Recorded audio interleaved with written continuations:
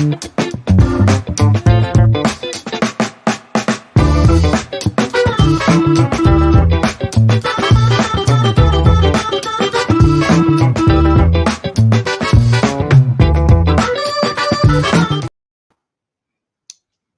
good evening, everyone.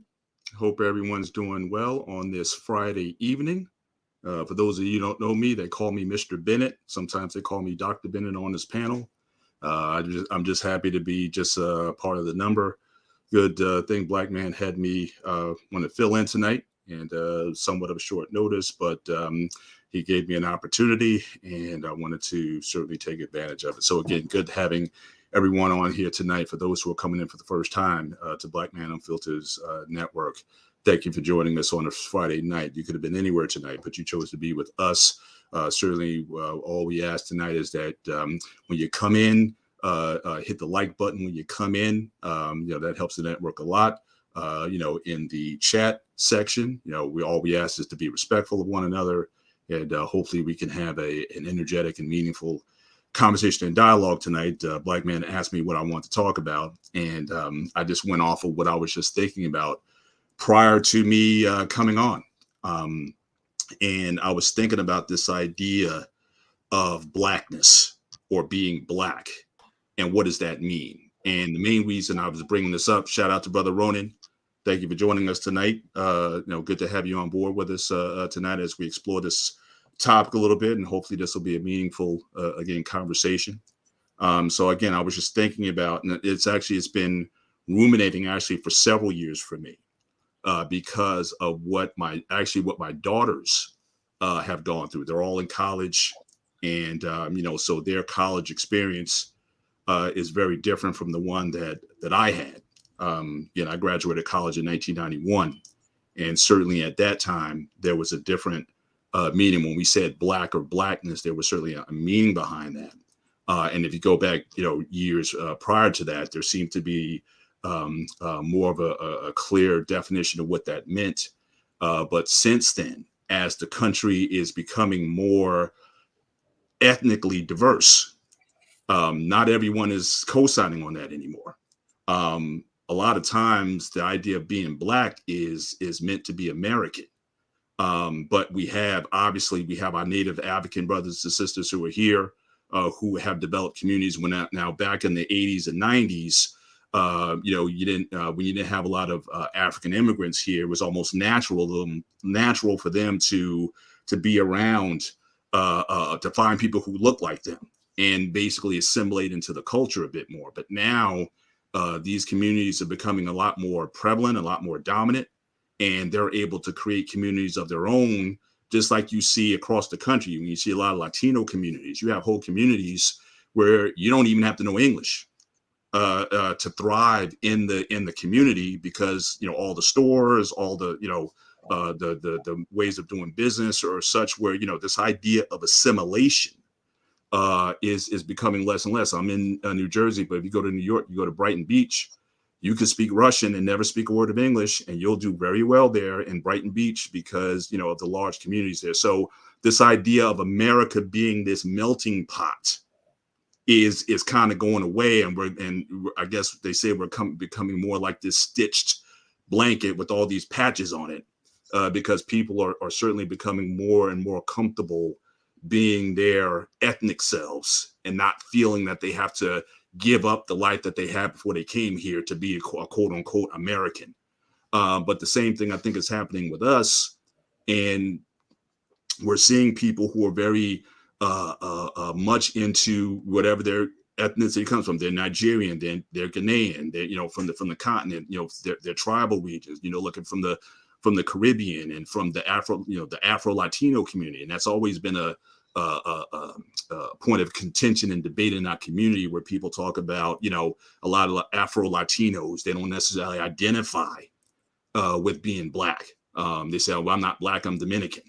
And so you have that conversation. There was a play that came out a few years ago called Plantanos and Collard Greens that dealt with this issue of, here's people who on the outside look the same, but they have a very different way of how they identify themselves. And so bringing it up to present day, my daughter's being in college now. They've gone to college at Rutgers in Newark, New Jersey, which is a large Black population, might be a majority Black population in Newark.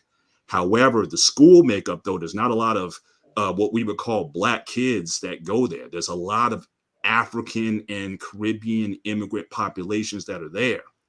And for my daughters who were looking forward to this experience of being around Black people, that the high schools that they went to didn't have as many Black kids that were there.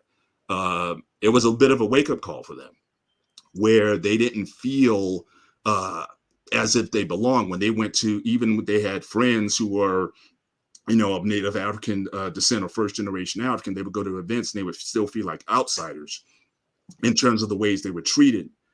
Because, again, when they get into these spaces, they feel very, out of place. I mean, they felt a lot more comfortable around American kids, non-Black American kids, oftentimes than they did around the Native African or whatever, whatever the other ethnicity was.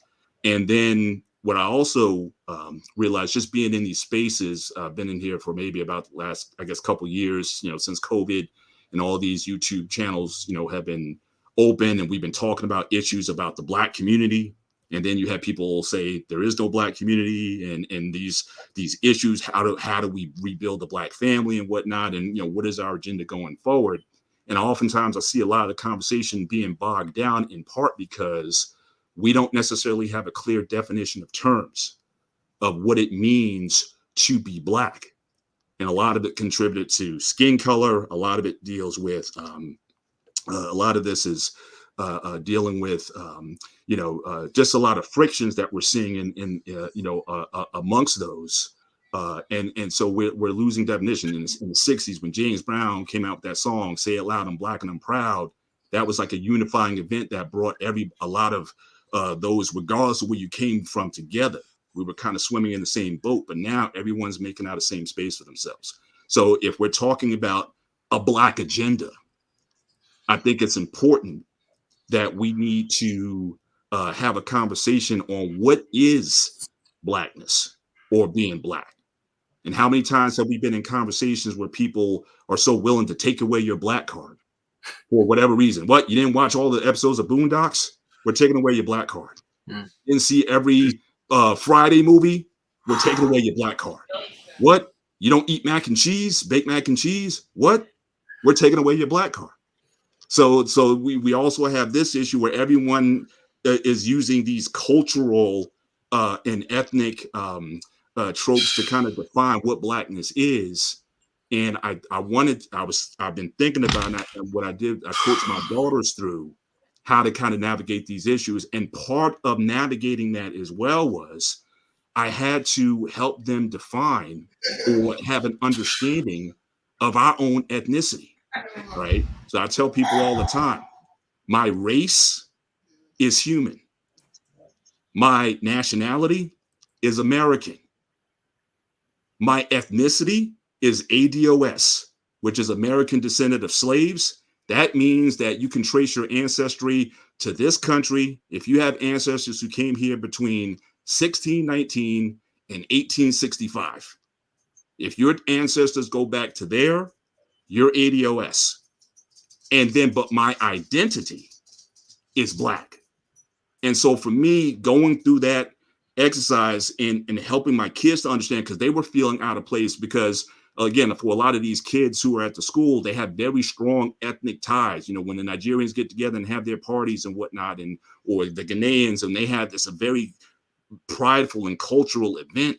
And my daughters are like, do we even belong here? And sometimes you get the eyes. Now, I also have a brother-in-law who's Nigerian, he's Igbo, who's basically been ostracized by his family because he married my wife's sister, who is American. Here we go again with this one. and that caused a lot of, now he's still, at the same time, he's like one of the oldest of the kids, so he's still respected on certain levels in his community. But, he certainly got the side eye quite a bit growing up. Now, Same here. When he came here, he came here in 1985.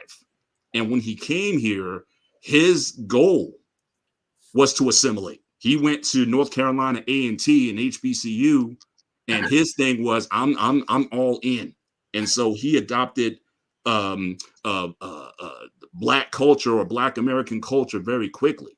So he's looked at as almost like the quote unquote Oreo of his community because he's not as invested, in being Nigerian, and certainly his mom never forgave him for marrying an American girl. That was almost like an anathema to do that. So again, it's in these spaces, especially in this present time, I think us not having a cogent, clear idea when we say Black, what do we mean by that? I think it's a conversation that we need to have, because in going forward, if we are going to craft a Black agenda, then hopefully that will enable us to speak with the same mind, speak with the same, direction. If we're going to be talking about all of us, regardless of where we come from, if you have Caribbean roots, if you have African roots or whatnot, if we're going to be in these spaces, if we're going to have a cogent message that we want to go forward with, that's not and by the way that by no means disavows your ethnicity. Though those things that are important to your culture, your music, your dance, your dress, your food, your music, all those things. We're not saying you have to disavow that. We didn't certainly do it back in the day. We celebrated everybody. When you had the African Student Congress, everybody's flag was up there, but we were working with a similar agenda for everybody. So there wasn't the tribalism that we're seeing today. So I figured, it might be good to have a conversation and just get some perspectives. I have my own. Like I said, I've crafted my own, and I may share some of my thoughts on that. I don't want this to be certainly a dissertation, but I do want to have a roundtable in terms of when you hear the term Black or Blackness, what does that mean to you? And can we use that in a way that helps move all of us, especially if you're in America or if you are a minority in a country that is not Black? Then how can we all kind of move forward and have a shared agenda in addition to our own tribal or private agendas? So that was on my mind tonight. So I don't know where this is going to go tonight, but again, thank you everybody who's been in the chat.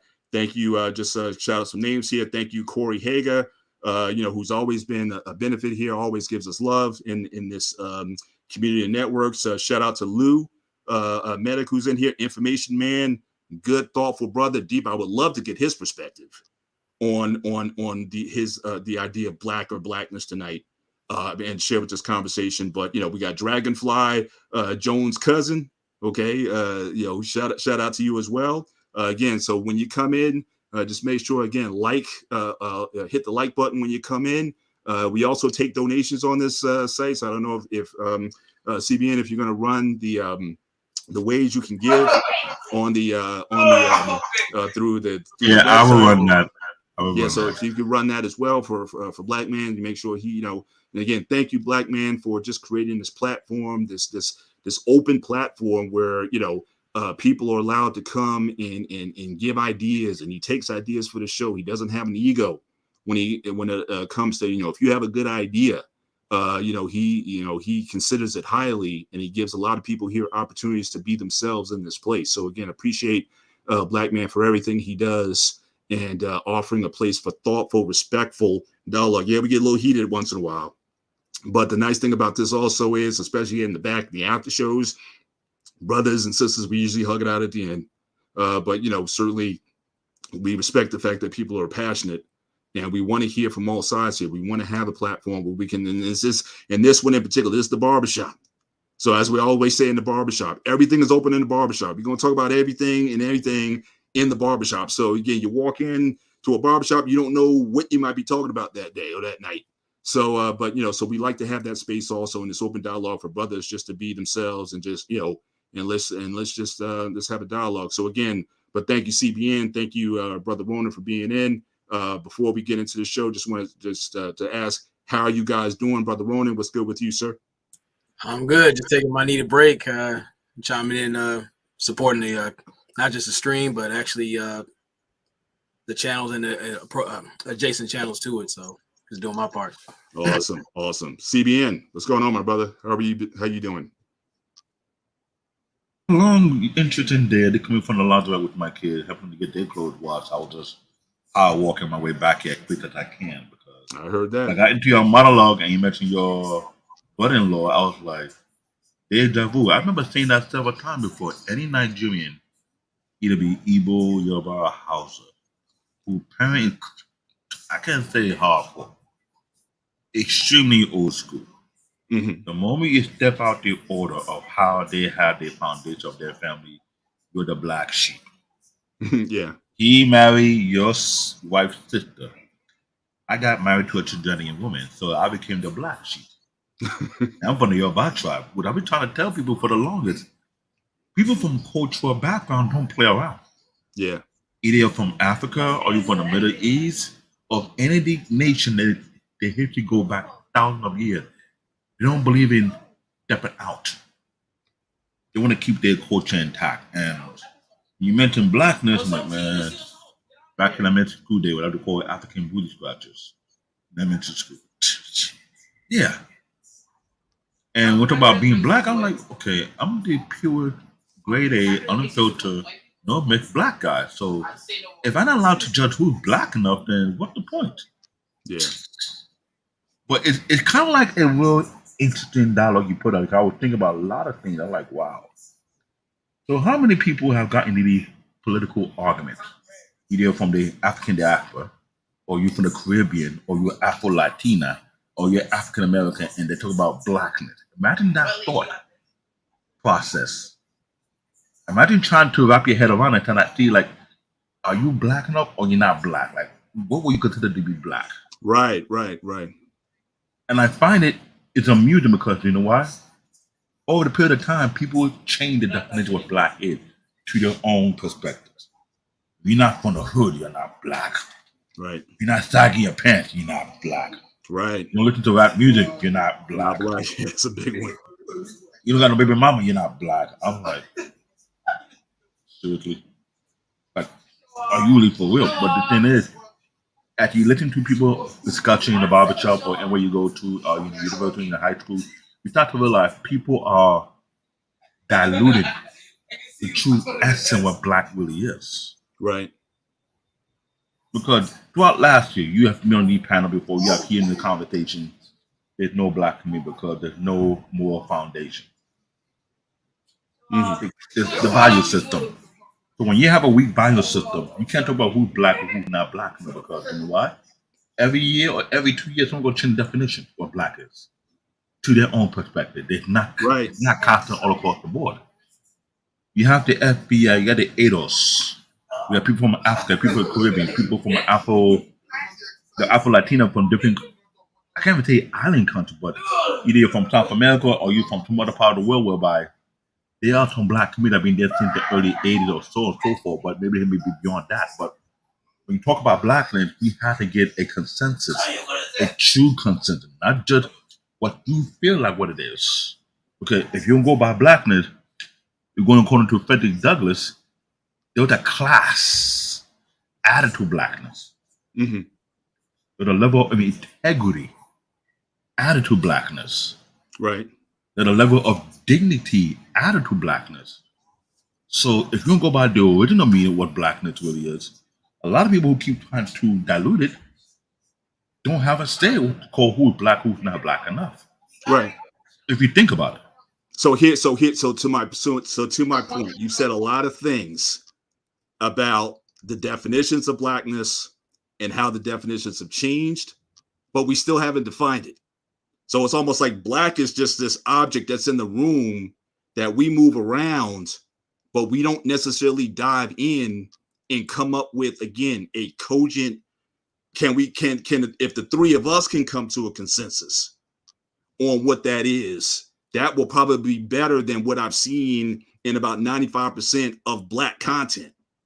Because again, we never really do this deep dive, but we do a lot of saying, well, you're black and you're not, or who's black or who's not. And even within black culture, we've had, the colorism thing. right? We had in America, you had the brown bag thing. You had the 1/8 rule thing. You had the Jack and Jill thing. If you were lighter than the bag, then there were certain things that the sororities and fraternities, the D9s, they classified you by the brown bag test. You know, there was a time when my daughter, who's an AKA, there was a time where she wouldn't be considered for an AKA because she's chocolate. So again, we've had, these things even within us, where again there have been these divisions and there's just been these barriers that are set up by class or by skin tone or by where you came from or how you speak, or there's all these things that are around. And again, it does nothing more than simply to just keep us divided and not be able to come up with something cogent. Just before we move on tonight, just shout out to some other folks who went into the room. Brother Marcus, what's up? Good to have you on tonight. I got Tank Davis, KO9 Saturday night. And again, I'm very excited, just as a sidebar, I'm very excited about this new season that we're going in. Boxing has been shooting itself in the foot for a long time, but we're about to go into this spring and summer of a renaissance in boxing. We have at the lightweight, between the lightweight division at 135 and 147 at the welterweight division, we got some dogs and we got some matchups that are coming up that'll hopefully put boxing back on the mat where it needs to be. And so starting out with this mega fight that's coming up this weekend, Tank Davis versus Ryan Garcia. And, so that just going to kick this off. But, you have almost like the four kings that you used to have back in the 80s when you had Roberto Duran and Sugar Ray Leonard and Tommy Hearns and Marvin Hagler. We're having something similar that's coming up now. So I'm very excited about what's happening in this summer coming up. But 2023 is going to be a huge year for boxing. And hopefully people will get the message that if you put on a good product, instead of all waiting until the guy gets old before you fight him or all this purse stuff and, just dragging things out, people will get the message that, hey, if you give the people what they want, they'll patronize the product. So this is definitely something I said the other day. This is definitely something worth you not finding the illegal stream for. If you're going to buy the pay-per-view and watch the fight, I think it'd be worth it. So, so shout out to those guys for putting that on. But we got Dr. Nkumbe in the channel tonight. Good to have you on, good brother. Certainly would like to get your perspective tonight. Polk Man is also here. Sugar Bum is with us tonight. So again, good to have you on. Robert H is with us tonight also. Thank you for stopping by tonight. So I just want to kind of pass this around and just get, so again, Black Man, you, like I said, you've spoken a lot of where the issues are, the things that have been tripping us up. But I want to hear your definition, then we'll pass it off to Ronan. What is black, or what is blackness to you? And then we'll go around and let's have a conversation. Oh man, put me in a hot seat. What is blackness? To me, blackness has to come with integrity. Sorry about the noise behind the people acting funny behind my back. It's integrity, it's responsibility, it's the dignity, it's the level of holding yourself to a particular class, whereby those behind you can follow that standard. It's excellent. And when I mention excellent, there's not no watered down definition of excellent like we have for the past 20 or 30 years when we put up the most negative of us. I'm talking about actually when someone become the residential doctor or the residential surgeon for a particular 5-star hospital, when you have someone move to the CEO status, when someone graduates cum laude, when someone do things that make us proud. This is how Nigerian African people hold their people to the level of esteem. When any one of us do better, we say this is the standard we have to reach. And we motivate the young generation to catch up to the people. We don't put WAPs. That's not blackness. We don't put the Pookies and the way we're on the pedestal. That's not black. We don't do that. Mm-hmm. You had to put something that will force people want to go to that next level. Barack Obama did reach to the White House. That is a level. Then we have, who I'm not going to mention, the chief vice president. That's fine. But we need more of just that alone. We need someone to walk the CEO status of Fortune 500 company. We want someone to be the president of a prestigious college. We want people to do things that will motivate people to know what? There are many lanes I can choose from to reach to excellence. Mm-hmm. That is my idea of blackness, not the shenanigans we've seen in the past few years that have gotten so bad, because I can't call that blackness. I had to call that ignorance. When we're not striving to do better, when we're not trying to be better, we're not trying to hold ourselves accountable to, you know what? We can't allow nobody to stain our legacy. With shenanigans, you can never call that one blackness. That's just me. So I stick to things that bring forth virtues, that make you want to say, you know what? I like what they got there. I want to pass him. That'll be my rival. I want to aim higher than him. He got to that level, now I need to get to that next level right there. I need to climb up. But instead of promoting the shenanigan routine in our society, and you wonder why we're always at the bottom, because we're not hungry to go to the next level. Mm-hmm. You can't have people who want to get up there and keep people down the ladder. We can have gatekeepers who will continue to pull people up, keep on holding people to the front, saying, you're better than this. You can do way more than this. We cannot have the type of nonsense going on. Those kind of things I'm looking forward to. Those are my idea of blackness. I'm just saying. Okay. All right. Brother Ronan? It's kind of hard to define black because nowadays most people shift the definition every 6 weeks now. Mm-hmm. I say aside from many shades and hues of melanin, because melanin is a very powerful thing and it shows many times over. I think about what's keeping us separate is the lack of codes of conduct, rites of passage. We have elders instead of elders. Mm. Elders who actually pass down the information to the youth in order to remind them, what are we fighting for? What are we supporting? And they often say, like, when an elder dies, it's like 1,000 libraries burned down. Mm. So I say with black, it isn't just defined as hue. I think of like it goes into blackness. We're talking about battle tested, resilient, excellent. Barely scratches the surface on what blackness is. Mm-hmm. Blackness is open, diverse, strong, wealthy in lineage, and the first subject to propaganda and misinformation. Once you have black define itself for itself, that's where everything becomes a problem, because it becomes all encompassing. Mm-hmm. So that's why I see it as blackness. Black, yeesh. Yeah, some people want to wear it as a mask and then they take it off when it's convenient. Mm-hmm. And I've always told people, what is the point of inviting everybody to the cookout when they shit on your plate and hand it back to you? Wow. Okay. All right. Now you talked about, now let me just, again, just to kind of keep this moving a little bit. You talked about, good evening, doctor. Good to have you on with us tonight. Good evening. Thank you. And I'll be on camera in a bit. Thank you. All right. All right. So you talked about degrees of melanation. And if you saw the banner when we came in tonight, Black Man had put a collage of different people of different degrees of melanation, including some folks who look like they might be albino. I mean, so white looking. Either they're albino, and certainly we've all heard about people like Carol Channing and whatnot, people who pass for white.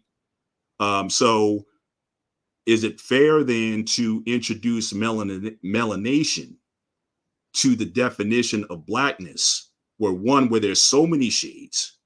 Like I said, they used to try to define blackness in those, again, by the color shade, by the brown bag test, or what have you.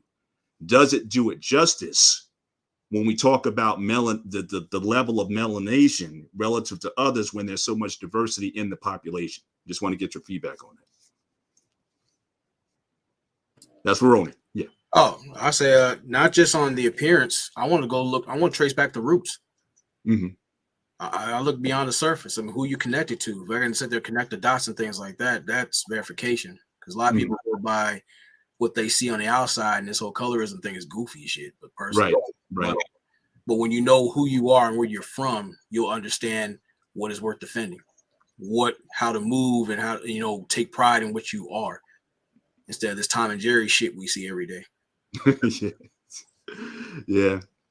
Right. And now, Canadian Black David, I know you had talked about blackness being in terms of excellence and moving forward, but those are attitudes that can apply to anyone, white, Chinese, whatever. So if that's a standard that everyone is ascribing to, how does that get us to blackness though? That, I mean, that's I would think like a character would have no color line to it. So how would you distinguish someone else's path and drive for excellence versus ours? What is so I want to hit the what you can see. I'm glad you put me on a hot seat for that, because when you did that, I was like, this man gonna put me on fire today. Mm-hmm. Excellent, black excellence. There have been many hidden heroes of black excellence that were not given a we're not. But hang on, but we're not even there yet, because again, you said black excellence. Excellence is a character. The character you define black. We're still on the black part. I know, because when you mention black, to me, there's no one side of black. We come to pure black, and there are many shades of black, from dark to light. Mm-hmm. If you understand science, for in the medical field, we'll break it down. The pigmentation of our skin very based on our DNA. Mm-hmm. Imagine two dark-skinned parents give birth to a light-skinned child, and they're wondering why that's possible, because it's all in the DNA. If you don't understand the genetic makeup of our DNA, you can't say who is black or who is not black. When you mentioned the brown paperback test, I was like, I'm glad I never saw that in person, because just imagine when you try to compare somebody to a brown paperback. Yeah. Who's black or who's not black enough. That's just crazy, because black is beautiful. Black come in many shades and color. You'd be surprised.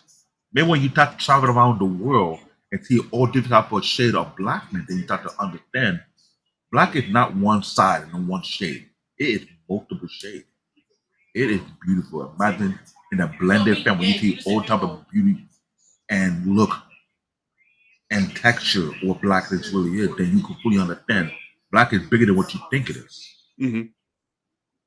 That's where I have the issue, because compared to here, there's some African people who have an issue with their blackness based on the colonization of their country. You have people going to the specialized soap to lighten their blackness. Yeah. To this cream.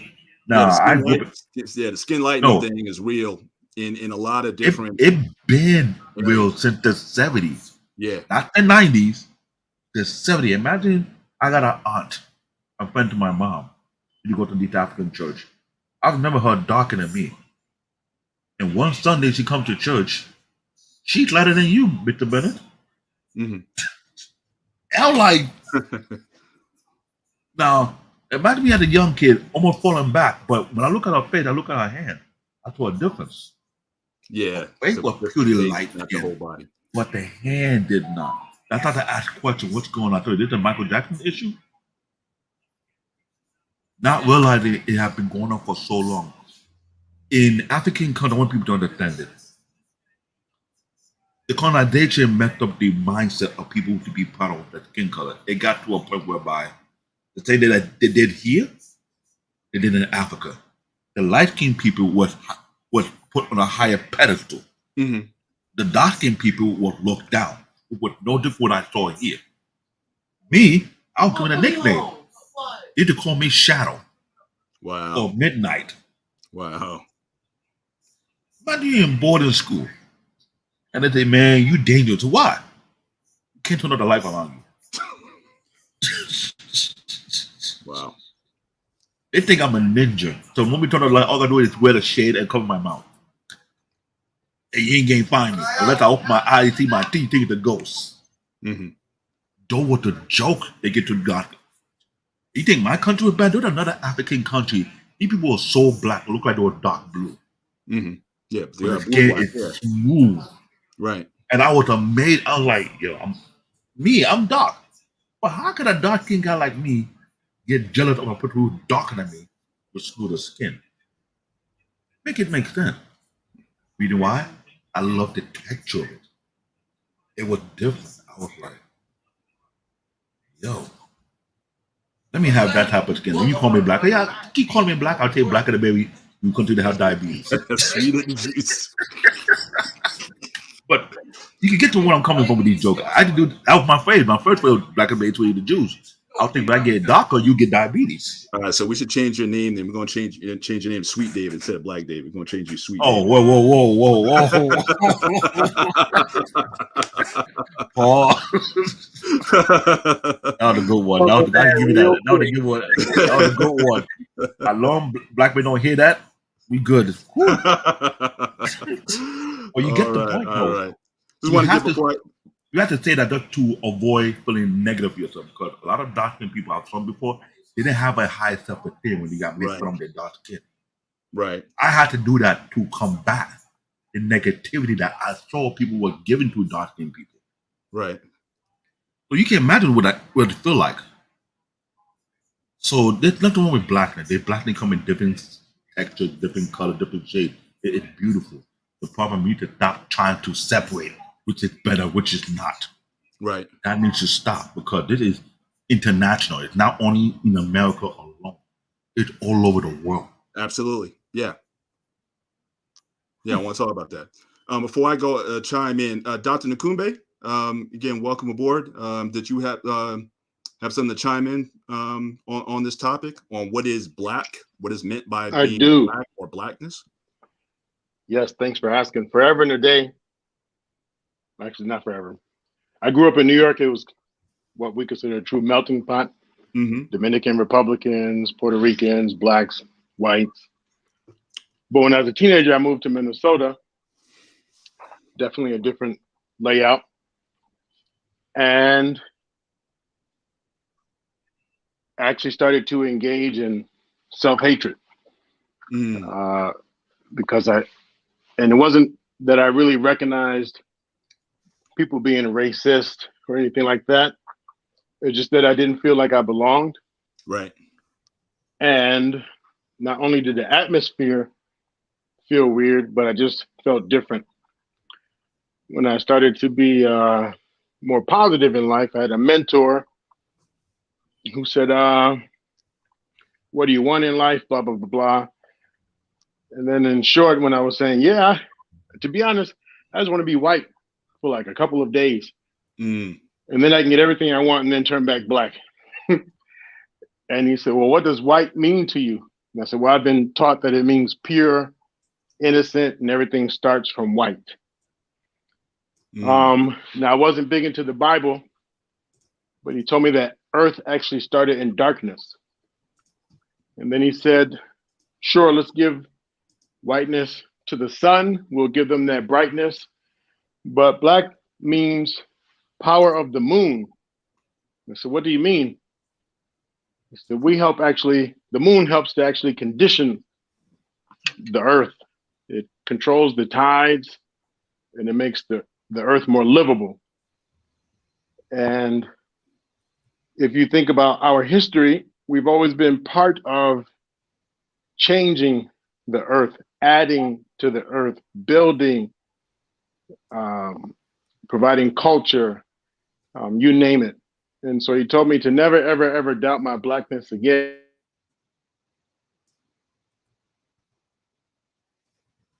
Okay, I think we might have lost you towards the end there, but I think we got are you still with us, doctor? He said, no. It means power.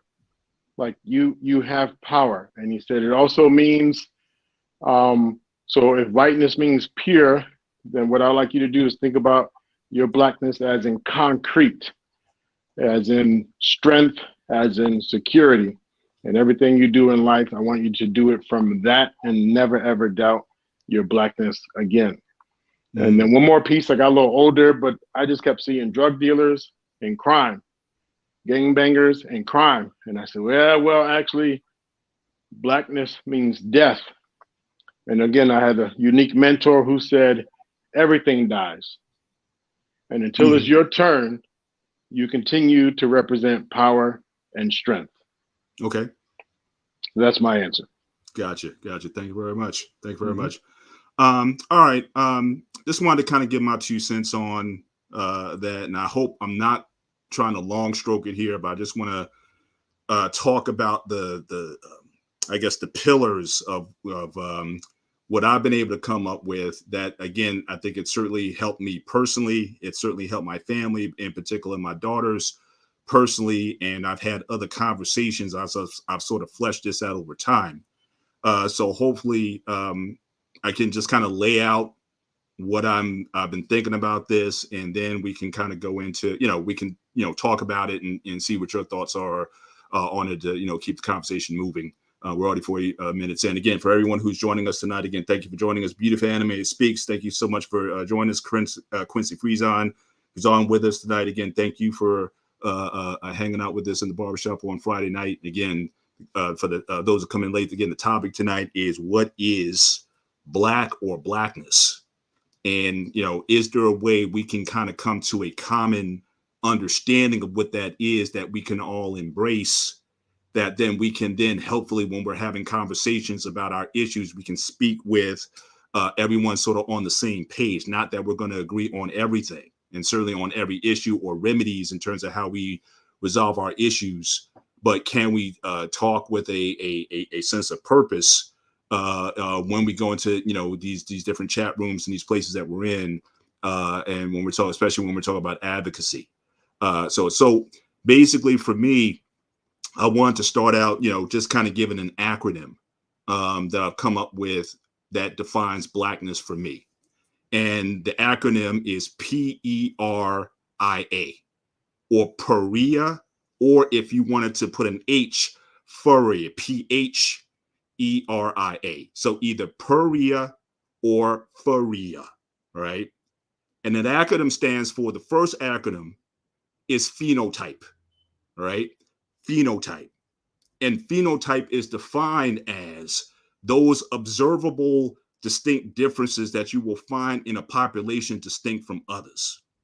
And so a lot of times when we talk about phenotype, a lot of times we only talk about skin color when it comes to being Black, right? So the darker you are, you must be Black if you're dark. But we know from other populations in the world, that's not necessarily true. First of all humanity comes out of Africa. We know that. First man and women were African, whether you believe in the Bible or whether you just want to believe in anthropology. Human beings, modern humans, Homo sapiens, started in Africa. So everyone's African. Okay, so you can't use that as a definition of blackness. Oh, well, you must be African or have African descent. Humanity is of African descent. And so, so if you want to dive a little bit deeper, we have to be able to make a distinction between life coming out of Africa, because like I said, everyone comes out of Africa, and but deal with those distinctions in the population. How are we different from everyone else? So again, it's those things that you can observe.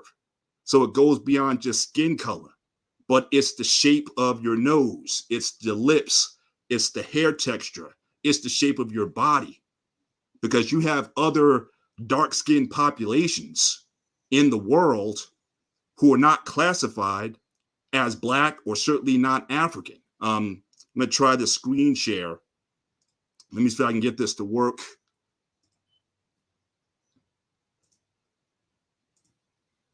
See if I can share this here.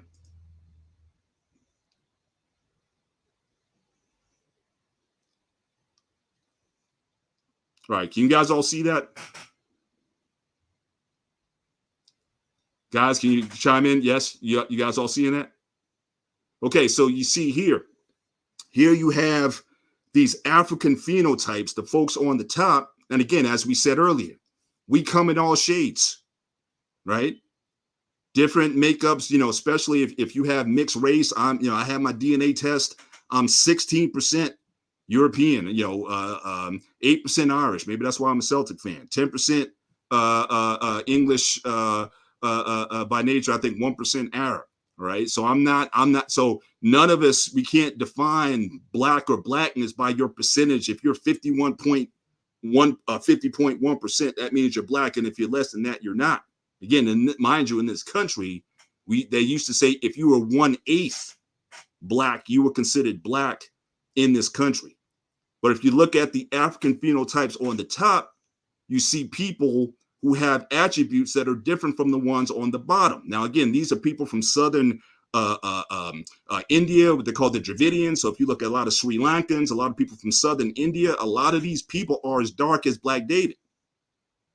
I've worked with them. I'm in the IT field, a lot of these guys. But if you look at their other facial features, straight noses, straight lips, straight hair.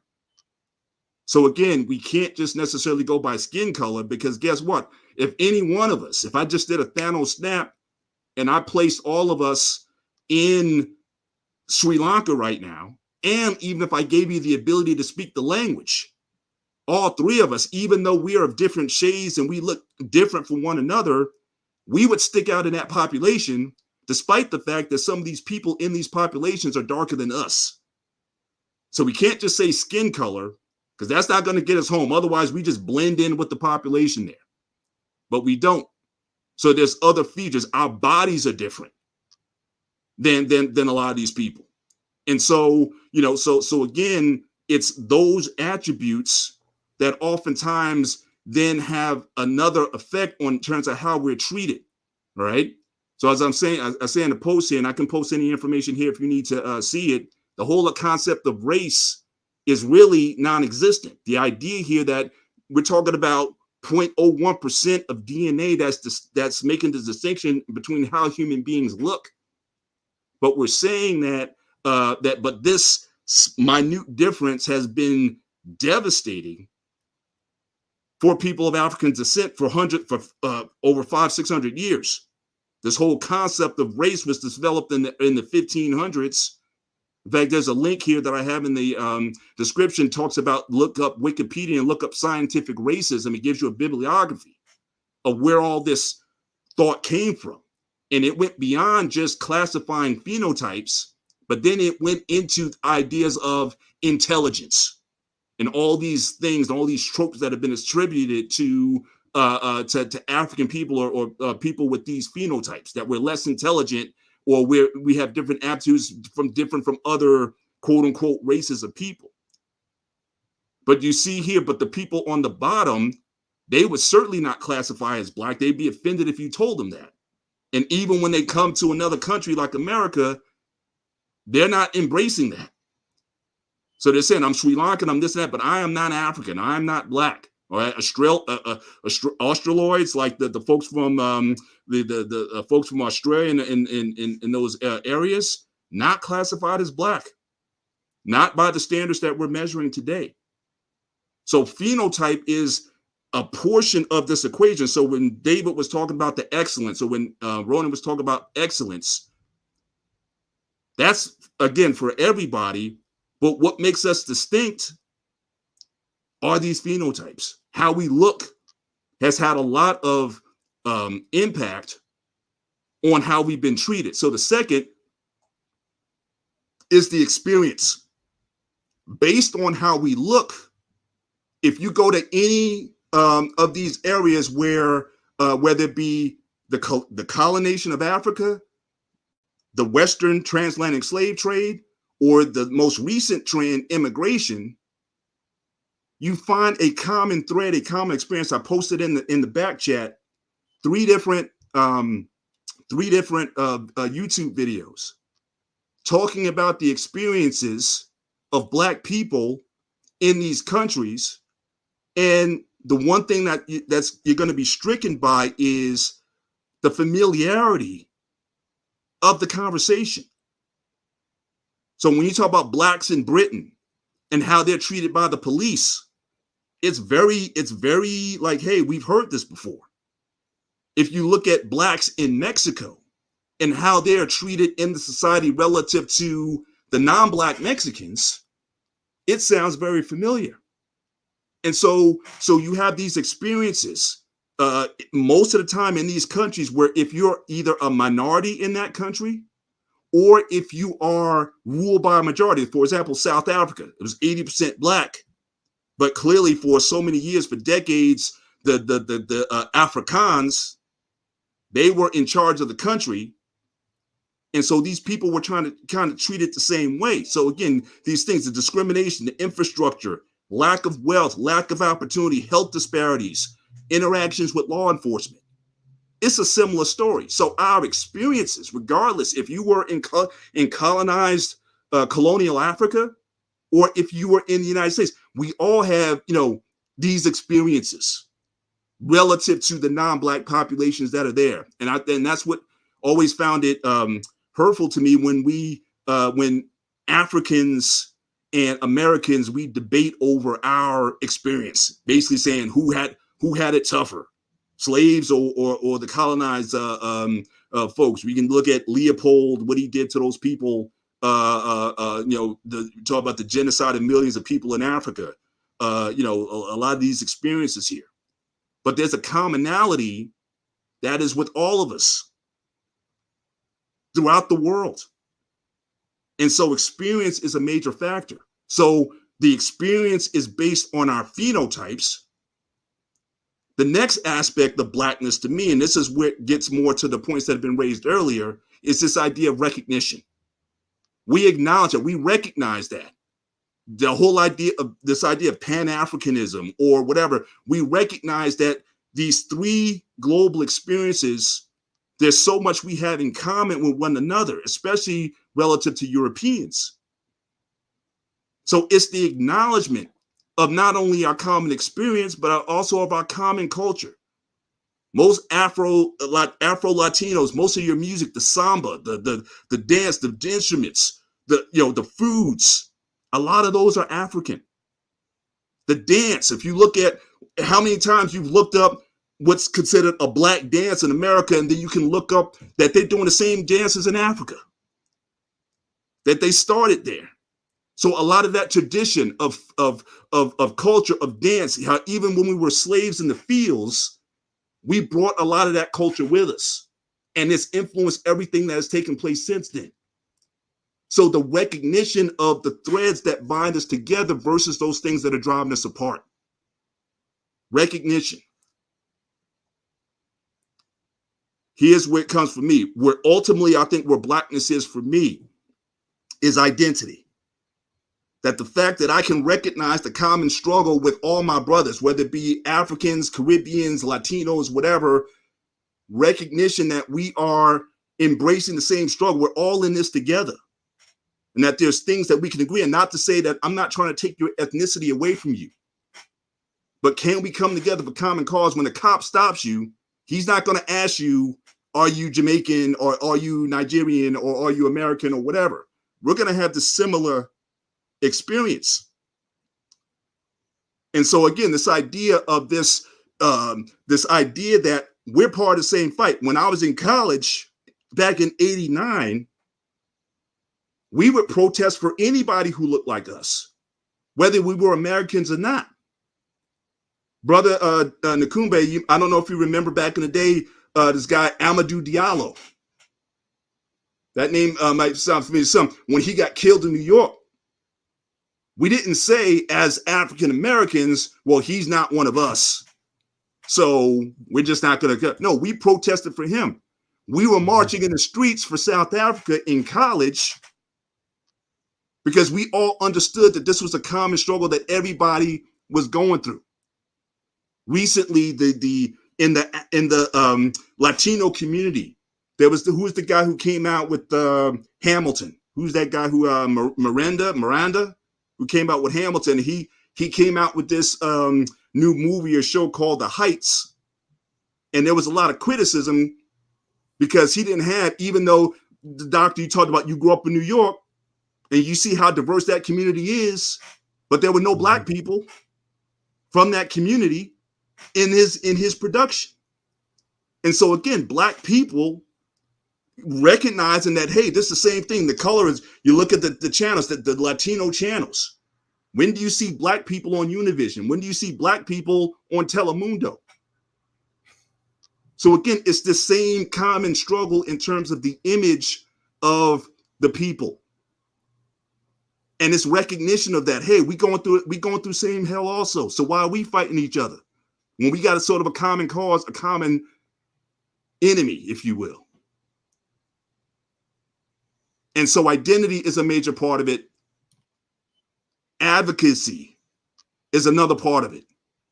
And this is where, again, in these spaces, when we've been talking so much about how to improve the lives of Black people, promoting excellence like Black David was talking about, raising the standard, restoring the family, getting our rights so that we can have better access to the ways and means for which to grow a family with. So again, it's this common collective. So when I was in college, we had an organization, 100 Black men. And we were everybody. We were Africans, we were Caribbean, we were Latinos or whatever. We advocated for common cause.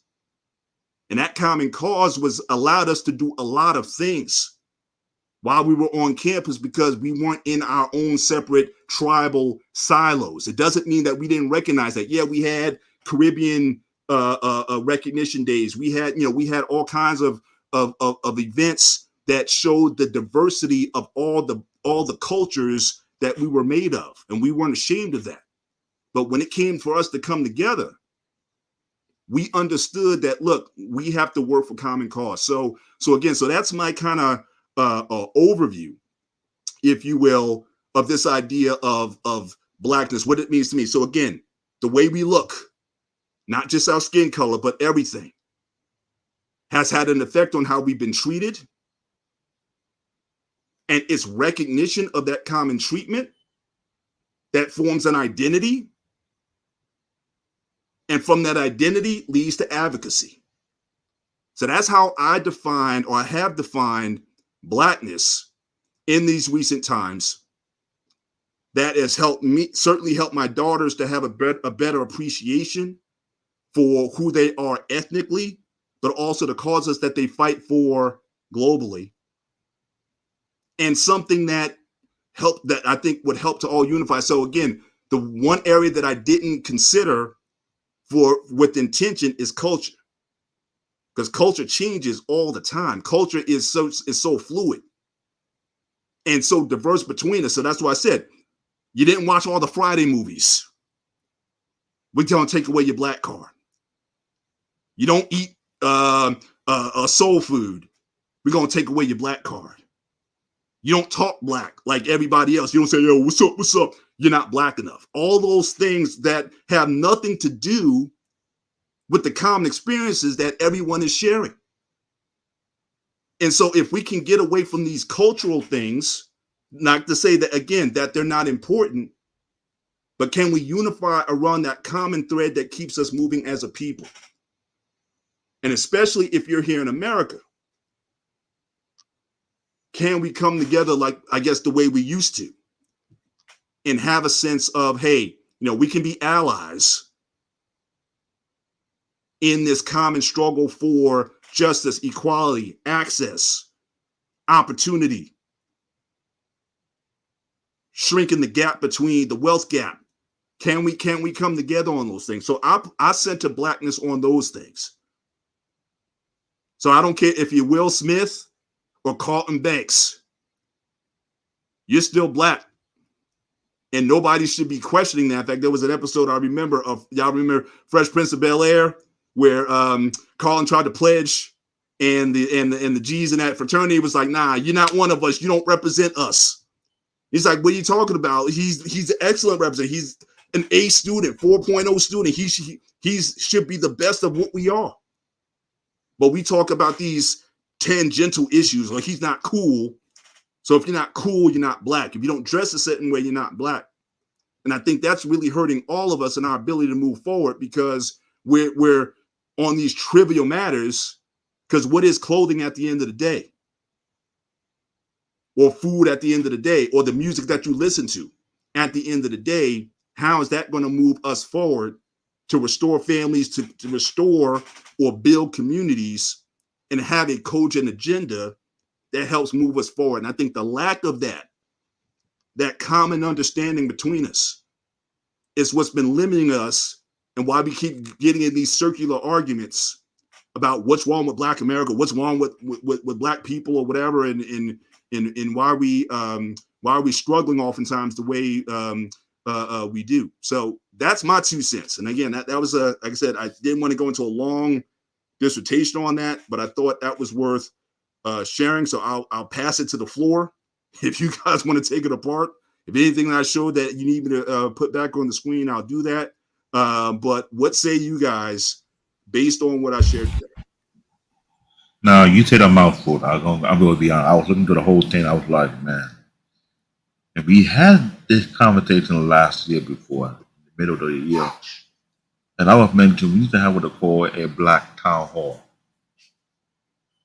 Of people from across the diaspora, because for one, you said it clear as day. People don't say if you didn't talk hood, you're not Black. Me and Dr. Malcolm, we're from New York City. I'm from Brooklyn. I went to the same shenanigan he went through out here.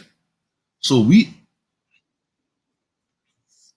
late 70 to late 80, it was hard for African people coming to New York City trying to fit in.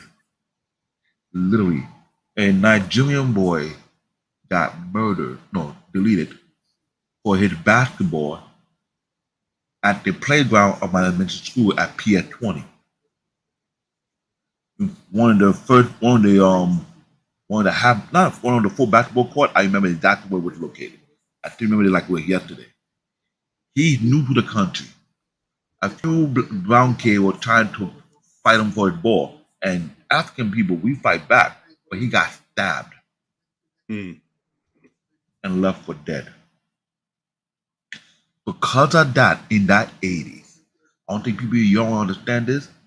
Every African family took it to the heart and told their kid not to mingle with the African American because of that. It went on the news on I went to do on Channel 7. It went on NBC. It went on Fox. It was because of that.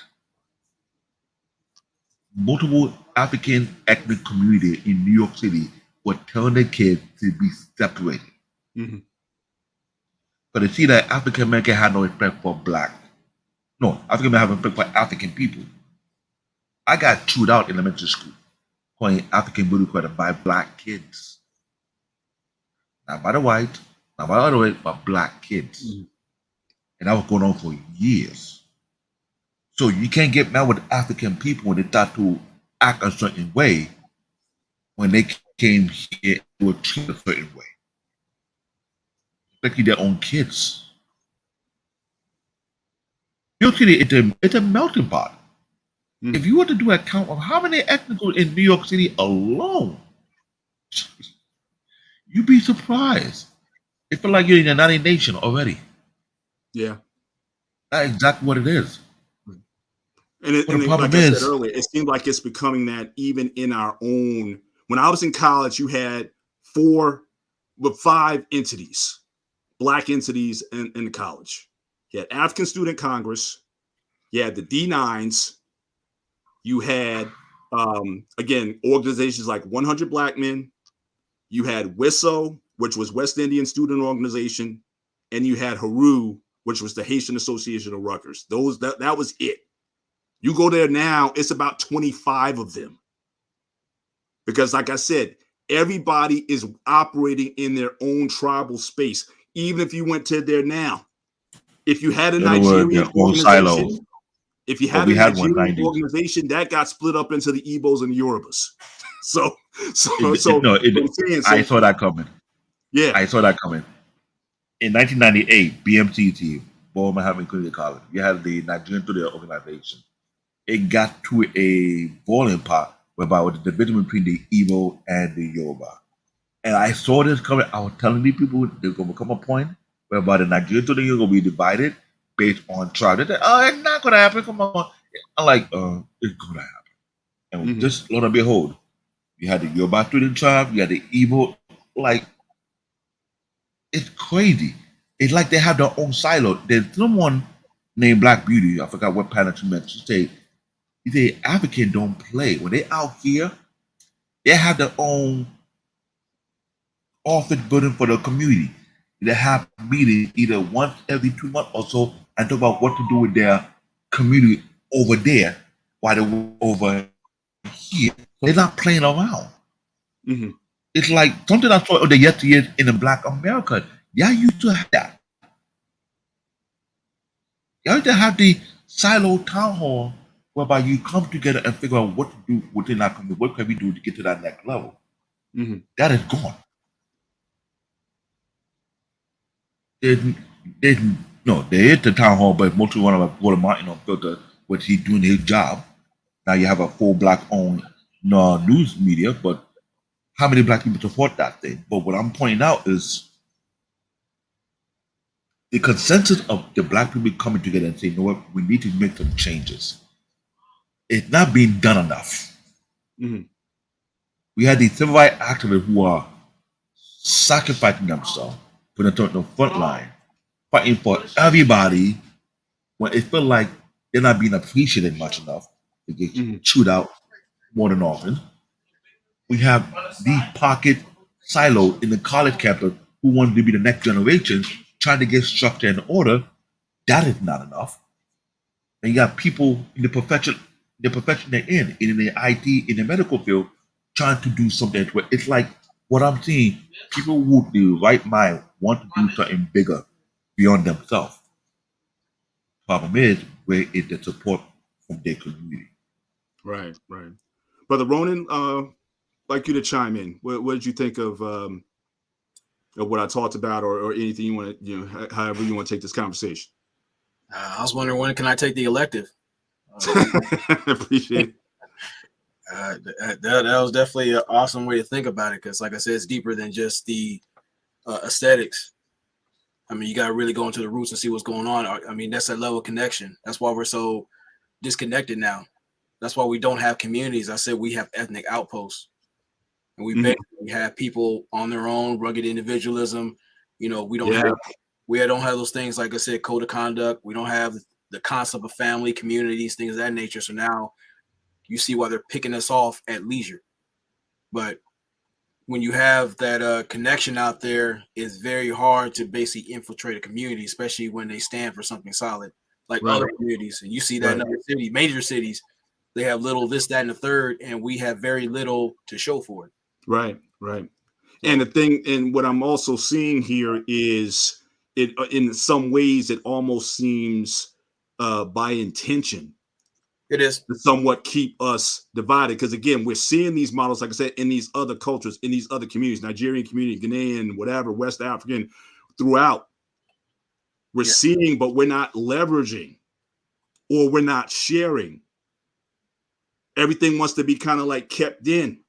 Yeah. But we're divided. I mean, I've never seen, or I never thought I would see, the division through the Black diaspora as I'm seeing it right now. Where you got, again, Africans, hating on Americans and vice versa. Americans thinking that, Africans or these, immigrants are impinging on hard-earned civil rights. I mean, it's just creating this discord that you would think would happen with white people or Asian people or whatever. It's within our within our own purviews, and we can't leverage, because again, let's face it. For anybody claiming superiority, let's face it, we have been, for the last 500 years, a conquered people. I mean, for the Africans, Europe has basically raped Africa. I mean, they don't own, even in countries that are independent, who really runs it. I was in Jamaica last year, and you're going out. We didn't stay in the resort. We went out. I wanted to see like how do real Jamaicans live and what the culture. So we got a driver, and he drove us around. And the only thing he kept talking about was the foreign investment that's building everything over there. Oh, well, the Chinese built this road, and Castro built this school, and the Koreans built this. And I was like, well, wait a minute. Well, who owns Jamaica? Like, everyone has their Jamaican flags and everyone's proud about who they are, but who, at the end of the day, the brass tacks, who owns the country? Who's running it? Who's influencing it? Is it Africa? Is it Jamaica for Jamaicans? And you can go to any of these independent African states. And it's how interesting how all this came together. In the 60s, you had this domino effect of, you had the civil rights movement here in America. You had all those independent states breaking away from colonialism in the 60s, forming their own nation states. And we see the states that they're in now, the wars that are going on in these countries. And China is just swamping in. They're taking over Jamaica. They're taking over Africa. They're taking over all these places. But at the end of, when I was in the 80s, I remember Nigeria was considered to be, or was on the path to be, one of the most powerful nations in the world because of their oil. They had a huge oil reserve in Nigeria. They could have been like the new Middle East. They threw that out to the day, but it happened. In terms of friction, in terms of, again, we know how that game is played. If you get the people divided, even amongst themselves, you can still conquer them. So again, even if you say, "Oh, I'm going to move back to, black man, we're going to move back to Africa," well, what are you moving back to? If the struggle is still going on, and we're not, cognizant because we're still stuck in our tribalism to see what's dividing us, it's still the same thing that's going on. Even in these quote unquote independent African states, they're not independent. And so it almost seems like there's a 3D chess game going on, where I go flexing my flag. Well, I'm proud this, I'm proud that. But at the end of the day, what are we, what are we doing? So again, none of us should be peacocking in terms of, oh, well, we're so much better than this, that, and the third. As an American, you can say, look, you're a Nigerian. Look, you have a country. We don't see the thing with Americans. We don't have our own country. We're the only people who remain a minority in the land of our captors. We're not immigrants. So when they say America's a land of immigrants, if you're ADOS, you're not an immigrant. You were a slave. See, an immigrant decides that they want to go to another country or not. So we're not that. So all of us have been somewhat conquered, but yet we still think we got egos when we know that the dire straight what's happening to all of us. Because again, a lot of these issues that have been talked about in these spaces, talking about family and whatnot, Black David, you've shared a lot too. There's a lot of dysfunction going on in a lot of communities that's not serving any of us. And I need to add to your conversation. I need to add to this. I'm glad you mentioned Jamaica because I heard that a couple of times. I'm glad that we could put it down there. And what bothered me, this started in 2011, 2012, after the election between Obama and Mitt Romney. I don't think everybody paid attention to that, which I did. There's a fellow brother who got a YouTube channel. I shout out to his name, Warden Meyer. JT know who I'm talking about. I introduced Warden Meyer to him, to his channel last year. This dude is from Ghana. He came from a village in Ghana, went to China. Went to China for college, for aerodynamic. He was there for 3 years. When he saw the high level of racism was going on in China, how to talk about that African diaspora, that African continent, he switched gears, moved back to Africa. Now, I don't think people understand what the guy did, which is enormous. He made it his mission to showcase Africa in a different light on his own dime, with people invested in him. No big company, just regular people giving him money, help him out. This man, if you check the guy's channel for the past 5 years, of all the places that he visited in Africa to showcase she showed what's been going on. To show that no one will have a negative stereotype of what Africa really is, which is amazing. But what he ought to expose that Africa has been changed a whole lot this past decade. What people didn't hear on the news that a lot of African American businessmen and businesswomen have been quietly making business investment in Africa, either in real estate, either in the entertainment business, either in any type of infrastructure. They've been working on that. That when the Chinese did what they did and tried to go into Africa, at first they went with a wrong narrative and they got a lot of pushback. Somehow they conquered one African country called Namibia, which is no different what they're doing in Jamaica right now. But all the African leaders telling the guys in Namibia, you better change that nonsense. We're not having it here. So there have been a lot that been going on that never hit the airway. But this brother have been showcasing, teaching, meeting people from different diaspora. African American have been living in Africa for the past couple of years. I've seen people from the Caribbean have moved to Africa for the past couple of years, doing great and bigger things, trying to start something new. If they couldn't make it successful here, they go over there and make it big. And now all of a sudden, the global economy is going great in Africa, but it has been going on for more than a decade. Ghana did the thing back in 2019 that Wolomar interviewed the most recent president who won the second election on what his agenda was. Mm. He knew what the agenda was. And man, when I say though, you didn't mention this earlier, but trying to be independent.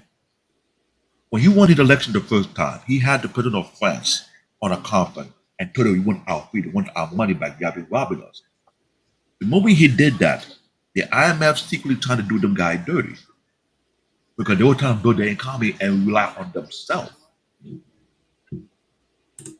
Imagine when one African country want to get themselves completely free from the oppressor, and the moment they do that, all of a sudden, all type of weird things happening. Now you don't trust their currency no more. You try to mess them up in their economy. This is what was actually going on in Africa, and nobody understands what was going on. But like you're African, you're close to the buzz. When I shared the information to JT last year, JT almost dropped his job. Like, yo, when did we going out there? They've been going on for almost a decade now. In 2019, they started to expose. Well, I've been trying to make connection with the TV station so they can have some broadcast. He also went to Liberia trying to do action. He's trying to connect everybody. Like, he realized there's a bigger thing going on that people are not aware of. Blackness is far beyond what we think it is. Mm-hmm. It's bigger than what you think it is, but the problem is we're so stuck in me. It's all about what I think. What you think is limited compared to what is really going on right now. There was a sister from Brooklyn, left Brooklyn, moved to Ghana, started off to making food truck business, and she out selling the most Chinese restaurant out there here in New York City. Wow. Big time. She ain't coming back. They did an interview with her and her mother and her grandmother. They thought she was crazy. Why you moved to Africa for? Until she saw what she was doing, they did the same thing. They sold everything they had in Brooklyn, buy a one-way ticket and said, we gone, deuces. But so much is going on that do not have the information. So what I was doing throughout last year is trying to showcase we need to get well informed. Information man know what admire. He saw his channel. He said, yo, this guy is doing real work. No government is paying the guy money to go into their country. This guy is risking his own life to go across multiple African countries to show the beauty of Africa. What we don't see in our school. You're not going to find in elementary school books, nor the high school books. You might barely in the college book. You barely may find the footage, but this man going above and beyond to show something that we don't get a chance to see on mainstream media. But this has been going on for far too long. There's a black community in Brazil with a lot of beauty. How many people really took their time out and say, you know what, let me ask questions.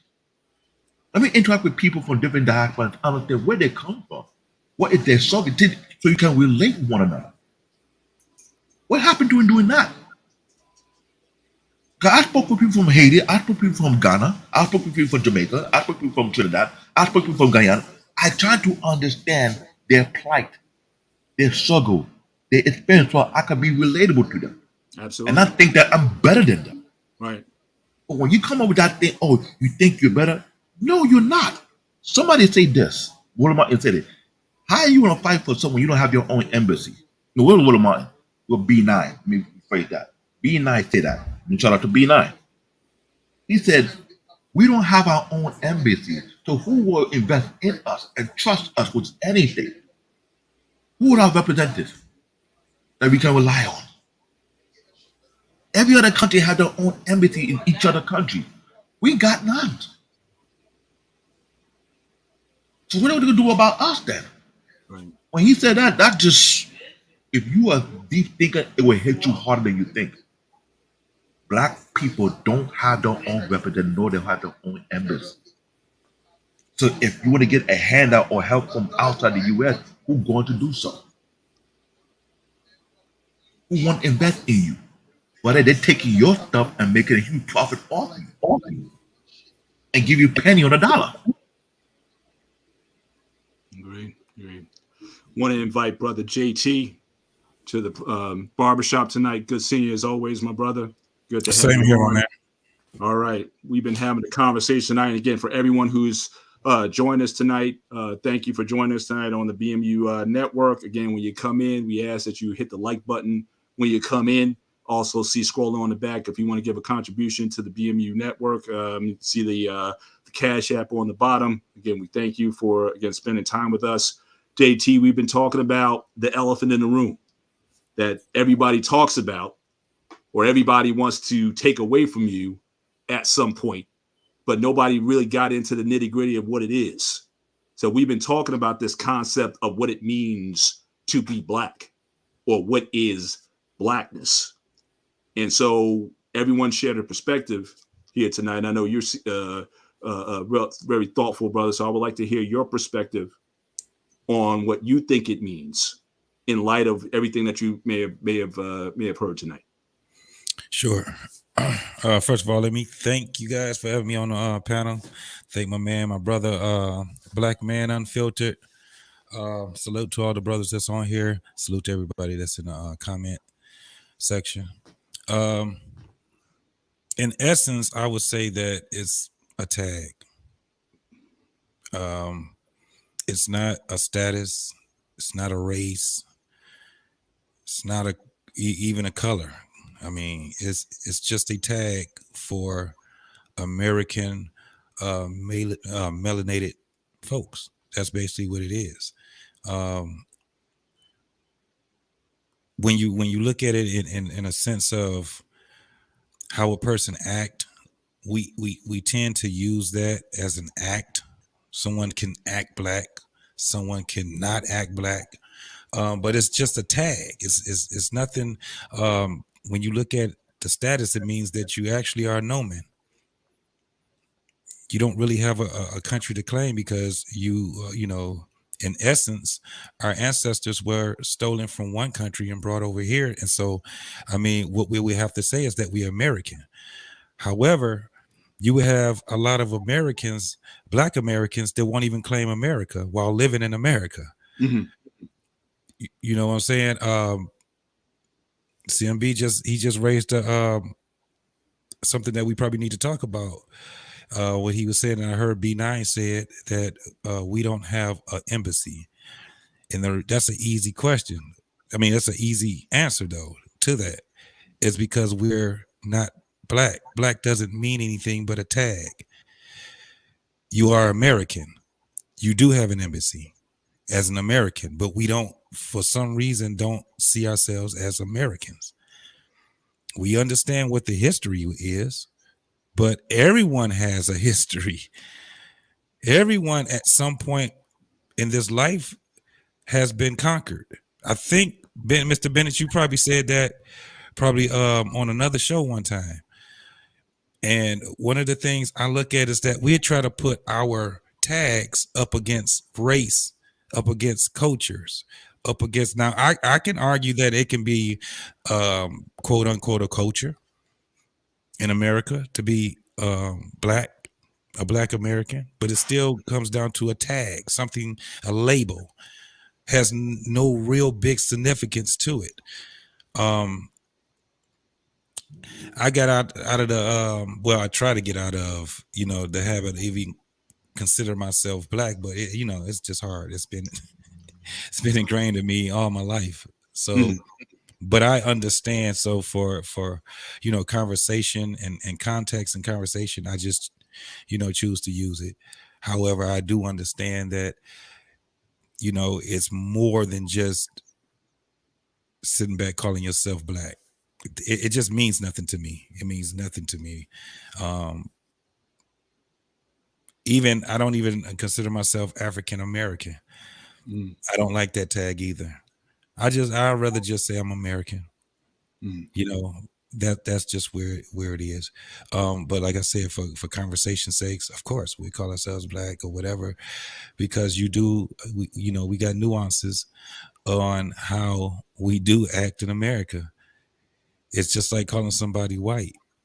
It was crazy because we were called black because they had to label themselves white. It wasn't like they just said they're black. No, they said we're white. We're white, because what they were doing was they were delineating themselves from, you know, other foreigners from other countries. They was like, no, this is where you have the red man. This is where you have the yellow man. This is where you have all these other folks that's been named.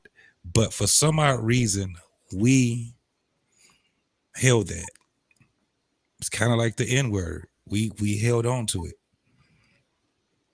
and we made it out of something different. It's weird because now everybody's calling themselves the N word, you know, and everybody is quote unquote, that's from other, at least the younger generation, they're quote unquote acting like they're black people. They have these certain nuances that black folks have that they're adopting, and it's starting with calling each other the N word. So I just got to the point myself where I just say it's just a tag, it's just a label. Gotcha, gotcha. So just so I understand your positions, a couple of takeaways I got from it. One, you seem to classify black as essentially an American term to classify a group of people who may not be necessarily connected to another country or culture other than America. Am I categorizing your summation of your definition properly? Yes, it's not us not characterizing ourselves, it's them. They delineate themselves from us. I've heard a lot of guys that come from certain parts of Africa that say that they aren't black, and they won't just say I'm African. They'll say I'm Nigerian. You know, they'll say I'm Yemen. I'm, you know, I'm for whatever country they come from. That's what they would say, but they would definitely say that they're not black. Mhm. Gotcha, gotcha. So blackness really, in your estimation, really doesn't apply to non-American folks of African descent, because you do have in a lot of these countries. I mean, Jamaicans, I know. I mean, especially if you look at, you know, reggae music and Rastafari, Bob Marley. I mean, you did have people who identified with this idea. It was like especially in the '60s and the '70s or whatever. There was this sort of this idea of unity using black in the diaspora, if you will. Yes. But you still think it's, for the most part, it's still an American concept. Yes, absolutely. Gotcha. Absolutely. It's just you hear it a lot more. I think I've heard it a lot more in the 90s than I probably ever heard. You know, it was kind of like a shock when I heard a lot of these folks say that they're not. I mean, you still have a group of people that say, and they're from other countries, and they will say, no, I'm black, you know, and they were born in certain parts of the world and they would still call themselves black, just like you would have mixed people, Right. you know, they would call themselves black. And it's so bad where sometimes that they would call themselves black, and how I look at it is that, dang, you still kind of like erasing your other lineage by calling yourself black. I mean, if you're mixed, you're mixed. I've heard people try to make sense out of it. You know, some guys, they'll say, look at my birth certificate. It doesn't say black. Mm, It says actually what I am, my ethnicity. mhm. So in America, it's funny that they have on these forms because they bought into it too. Our ethnicity, black, not Hispanic. They've also put that on legal documents. So, you know, when we're born into this, it's easier for us to, you know, to fall for that whole thing. I don't fall for it. I would rather just be like American. Appreciate it. Appreciate it. That's interesting. Anyone else have want to follow up on what Brother JT is saying? Dr. Nakumbe, do you have a follow up on that? No, I like that. In fact, I think combined with what everyone is saying, anything from characteristics to power to a source, excellence. But I think all of those could be considered as tags, like, you know, names that were created or characteristics that were created, identifiers. But the same way, you know, you put a tag on a cow, right? And just that's that kind, that's that kind, that's that kind. But still, I don't recognize us as unified because they're all different tags. So I know I appreciate that. It's like, that I think that makes sense. And since we don't have our own home, our own identity, or we're fighting for this and fighting for that, I think we continue to tag each other with these different beliefs and ideas. But when will we get rid of those tags and actually wear something that fits and we can be proud of? Mm. Right. So I guess where I want to take the conversation again, we're at 11. CBN, let me know when we need to close this down tonight. But I want to talk about this idea of, again, how we perceive ourselves. Because I know that, you know, like I said, there's certain countries, even though you have people who may, quote unquote, look like us, but a lot of times they don't have that same kind of identity. Like if you look at Hispaniola, if you will, right? One half is Haiti, one half is Dominican Republic. Mm-hmm. But even if you take two people who look exactly the same, got the same DNA, they came over on the same slave ship, they, you know, it's the same. But how they look at their image, even though they're on the same relatively small island. Haiti's not, I mean, Hispaniola is not very big. But their sense of identity oftentimes is very different, again, based on the experiences and based on the leadership in those countries and things that have happened over time.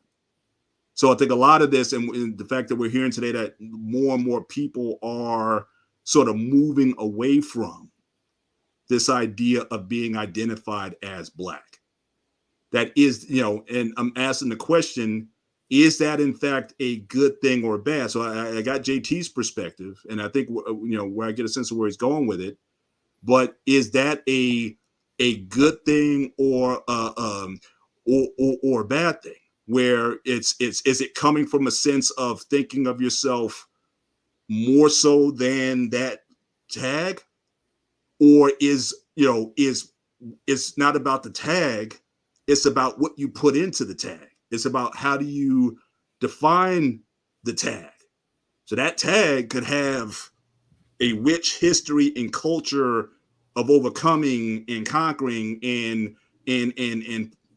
surviving and thriving in a lot of ways. So is it so much the tag, or do we really understand? That's one of the reasons why I wanted to have the conversation. Do we really understand the tag?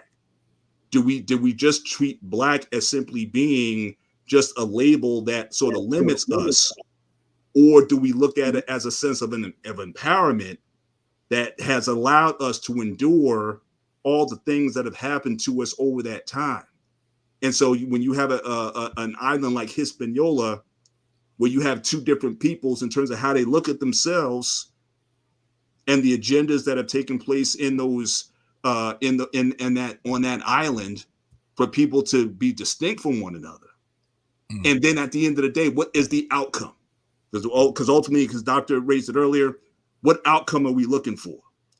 And just in the case of that island, we know how poor Haiti is, and DR, even though with all the tourism, is still considered a third world country. It's not, it's not very affluent. But you got two peoples who can't live on the same island, but they're so trenched into being, I'm Dominican or I'm Haitian. But that what is the unifier that can possibly bring people together? So is it the label that we find limiting, or do we not put enough emphasis on what that label represents? And is that in a way holding us back from moving forward, even though we're both swimming in the same issue? We're both in the same stuff.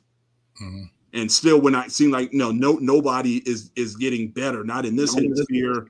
Look at what's happening in Africa right now. If you look at all these places where there's just war and poverty and just people not getting ahead, and for people who say they even own the country, like what I said earlier, JT, you have a lot of these countries where they're saying, yeah, Jamaica's a country, and I can claim Jamaica as a country, but are you running Jamaica? Who's really running it? Is it the Chinese? Is it the Cubans? Is it what? Because when I was there, it looked like people don't own anything down here. So even with that, even if you have an embassy, are you really in control of the main things that define and control your destiny? Like Dave, you've been looking to raise your hand for a minute. I just want to get that. Can I just add to the question, just in case you have part of your answer, Black Dave, is part of this. So are we also asking or including in the question that blackness has been so stripped down or has been taken hostage or has been reclassified? So are we saying, are we letting that go? Is that part of the question as well? In part, because fewer people are saying, even with people who are percent, like I said, it's black is not a percentage, right? If we took a DNA test of everyone here, you're going to have a certain percentage of African, West African, most likely, because that's where all the slaves came from. So you're going to have a certain percentage of that. But again, you have people, biracial people, who are very comfortable with the term being biracial, or I'm a person of color, or as Tiger Woods said, I'm not black, I'm Cablinasian. He threw everything in there. So you have this. So you have people starting to look at this idea of black differently, in the sense that they're stepping away from it. But the question is, given our history and everything, should we be moving away from it? And or is the reason, as you said, Doctor, is the reason why we're moving away from it is because it's been dumbed down so much that we don't find it attractive anymore, knowing though that everything that came with that and what helped us to get to where we are. Whoa, man, y'all really made it real hot right now. I'm about to do a part 2 to the show. I'll first say, ladies and gentlemen, welcome to this conversation. This is getting deep. Now, to answer the question, I'm sure you guys have been aware for the past decade there's been a high level of tourism going to Ghana since that was the entry point where the slave trade first started, right? Right. And what JT said, I could have recalled hearing that phrase too, because for the many African American and African Caribbean or Afro Latino who took the chance to visit Ghana to see the pathway of slavery where it first started, I'm sure that must have been said more than 100 times. Because I remember CNN did a special with Don Lemon. He went to Ghana as well. He went to the port where they were throwing black people like they were like packs of who knows what onto the boat, and how they had them stuck in the dock. I'm gonna be frank with you guys. I don't think I have the gall to even go to that part of Ghana to see for myself. But I'm feeling some kind of emotional impact, because just to picture how to deal our people, how to treat our people that way and put in that particular spot. Those who went there to visit, what I heard, 80% went back more than 2 or 3 times. after the first visit before they say, you know what, I'm done living in the Western United States in the country. Either they're coming from England or they're coming from the US and say, I'm coming to live here. Now, to educate people, even though Jamaica is a country, it's also a colony of the Great British. Right. Yeah, This King also Charles established apply. that. Yeah. This also apply to Nigeria. I think with Barbados or Bahamas, I don't know which country that cut their tide did that. I'm not sure Jamaica have cut their ties as well. All the African country, besides one in particular, which is Ethiopia. Ethiopia is the only free African country that have not been colonized by no European country whatsoever, not even America. Every African country is considered to be a colony of their own oppressor. Mine is from the British. Ghana is from the French. Mhm. And based on, you can tell by the language barrier in between multiple countries, some are from Spain, some are from Portugal, etc. That is what's going on. When these people come and visit Ghana first and did their tours, it kind of like forced them to rethink their identity. That's what the issue is. We come to blackness. Blackness is all about what is their true identity. Dr. McCumbee, you know you see this in New York City. I'm sure you they branch all over it. You have people who call themselves Black Asian. These people trying to establish their own identity. But they're not calling themselves Black or African American, they call themselves Black Israelite. Or whatever term these people created for themselves. That has been the ongoing struggle trying to find their true identity. And now you have the African ancestry, people doing DNA tests to find their actual root of their family. Because the record of these slavery, where it traced down the family tree of who people were born, unless you have access, you can tell where you're originally from or not, or who your family blend with. But when you deal with a stigma whereby the younger generation are telling the older generation, who are we really from? What are really true identity? What are real true culture? Because I'm seeing that I resemble somebody from another nation. You have the almost the same features or something. Why is that? As each new generation come into existence, they start to get wiser and smarter than us. But the same thing that we try to ignore. When you try to ignore and act like it's not existing, with the age of technology, people are doing their homework now. People are researching things, looking things up now. That's to realize it's much bigger than what you think it is. So the title of Black, it can replace it with ADOS or FBA. No one will consider them Black. No one will consider them African American because they feel like JT said, it's a tag. Even though you call it a tag, the essence of it is what is the identity. Because when we African, we come here, we know where we really from because we have a history, we can trace it down to the root. That gives them that identity. We are Nigerian, you're from Yoruba tribe, you're from the Igbo tribe, you're from the Hausa tribe, you're the Ekiti tribe, you're from whatever tribe. We can trace that. But when they disconnect of your root, that is where the chaos is stemmed from. Because I have so much pity and respect for Black people who they fought for over 400 years to get their identity, to get who they are, get their foundation. But yet, even though 70 years after you're free, you're still going to some loopholes. You're still going to some hurdles. Which was no different with African countries. Ghana, the first one trying to get their freedom, look what happened to their own economy. They're like, oh, you want to be free from us? Okay, we're going to screw your currency up. But they got resources to back their currency. But they don't have to people who have that knowledge how to say, you know what, we're not going to be affected by it. I'm going to put a post to my I don't know what it was for Instagram saying that Russia deleted their debt with Africa, turned African country 20-year debt. I'm like, and now they're working on getting a new currency outside of the European nation and America. So when I see these things, there's something going at play that people don't really comprehend. Like that is why not a lot of people are doing it, but slowly, but almost quickly now, People are leaving Europe, leaving America, leaving their island, going over there to establish themselves and say, I'm done trying to figure out who I am. I did my homework. This is where I'm from. I'm not going back. And they established it. This is why I'm telling people we have to sit down and have a consensus. We have to have a town hall meeting and understand what is really going on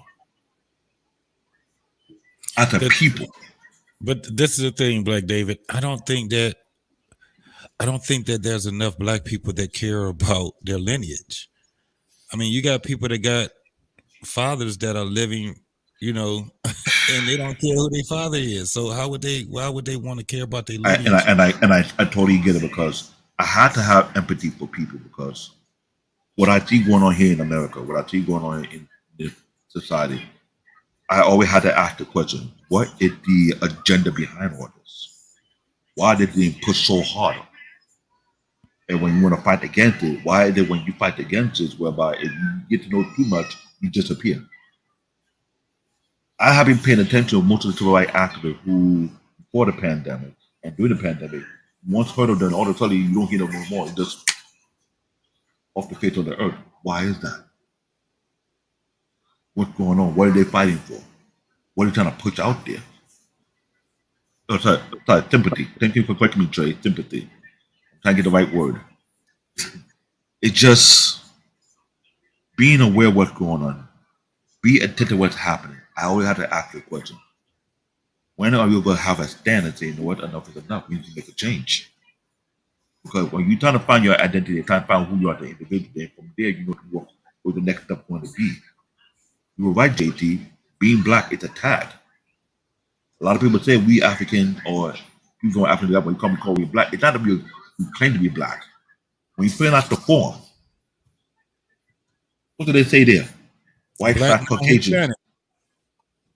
Yeah, black, non-Hispanic. There's no other option. You can't say we from, no, either you're black or Hispanic. So we check off black, it's forced on us. But when we not all do the silo into the community, we say who we are. But when you go into any government or any job, when you find an application, they're not asking you if you're a Nigerian. They're not asking you if you're Jamaican. Either you're Caucasian, white, black or Hispanic, or if you're, I'm not Indian. I'm not even, my hair not fine straight, so I can't pull that one off. Yeah, but see, Indian, that they have a continent. Yeah, there's nationality behind that word. Black has nationality. You can't go in there and tell somebody, they say, where you from? You say you from black. You're from America. You're from, you are American. And the thing is that it is what it is. Whether we want to do it or not, we still have to. That's the reality. Is that is what we are. If we were born here on American soil, we are American. That's just what it is. Black right now has been stumped on. It's been watered down. It has. When you think of black, you think of generic. You think of black like if you say, I live in an all black neighborhood. You don't think that there's something that is like in a what do they call it? One of those where everybody is thriving in the right. It's just not. It doesn't seem appealing. You know what I'm saying? So it has a terrible connotation, and I'm not going to sit back and just say it was just American white folks that did it. We did it. We did it. We did it when we started taking people's black card. When we did it when we started calling black people coon. We did it when we start telling people that you ain't black enough. It's crazy. So when we're talking, you scare me, JT. When we're talking about this, the answer, my answer would be we have to redefine it, but we have to be able to redefine it together in togetherness. We got black girl magic. You ain't never heard nobody saying black boy magic. It's like we separate ourselves with inside that tag. Black single moms, black dads. It's like, and every time we talk about this whole thing with black, what do we get? A bunch of arguing. Nothing good is coming out of it. It's like this word is cursed. It's like it's a spell. That's basically what it is now, because we put so much negative energy in it for years and decades that this is what it is now. JT, I think Yeah. I think if, and please understand, I didn't start this way. I didn't wake up this way. But when I think about some of the words or descriptors that Mr. Bennett talked about earlier in the slide show, talked about looks, identity, and advocacy. Now, the part where I didn't wake up this way, I'm actually divided. Like, I'm in both worlds. I have my people during the day that I can go to an Amway meeting, and then at night I could be playing spades in the hood. All right. Right. Of course, the spades folks say I'm not black enough until I lay them down, bow, right? And then they're like, oh, and then talk a little smack with it. Yeah. Now during the day, if I wear a hood, I'm not academic enough. I'm not white enough. But what I'm able to do, and maybe it's because it's the comedian in me, I'm able to hear those things, coon and all types of things, and still challenge those black people that are saying it to me. And so, yeah, I am a coon, but let's do this. Let's get pulled over by the police and then see who gets better treatment. I hope I don't, because I don't want to have to say the coon got away, right? So I help identify the link between us. You can call me watered down. You can call me all kinds of things. At the end of the day, and maybe because I'm older, I want to reach out more. But when I think about my power, it's not just my position. It's the fact that, come from a hard childhood, and now I'm hardened. So do I just have to use that for convenience? When it works for me, why can I not share that with my people? When I say to a person, hey, like it or not, I'm trying to help. Because we talk about, at least for me, I'm in circles where we talk about how we're going to lead our women. Sometimes you just got to say to a woman, yeah, let's go. You're going to eat. You haven't eaten all day. Let's go. So if I can do that for my selfish needs and my woman, why can't I do that for our people? But also know my weaknesses. I know that I've overcome shame. So since I'm not one of the ones wallowing in shame, then I need to get out there for those who do still wallow in shame. I know my weaknesses. I don't have a bunch of money. I don't play a bunch of sports. I'm not in that light. So let those people do that. But with my strengths and knowing my weakness, there will be listeners tonight who are going to be like, yes, but not do a damn thing about it.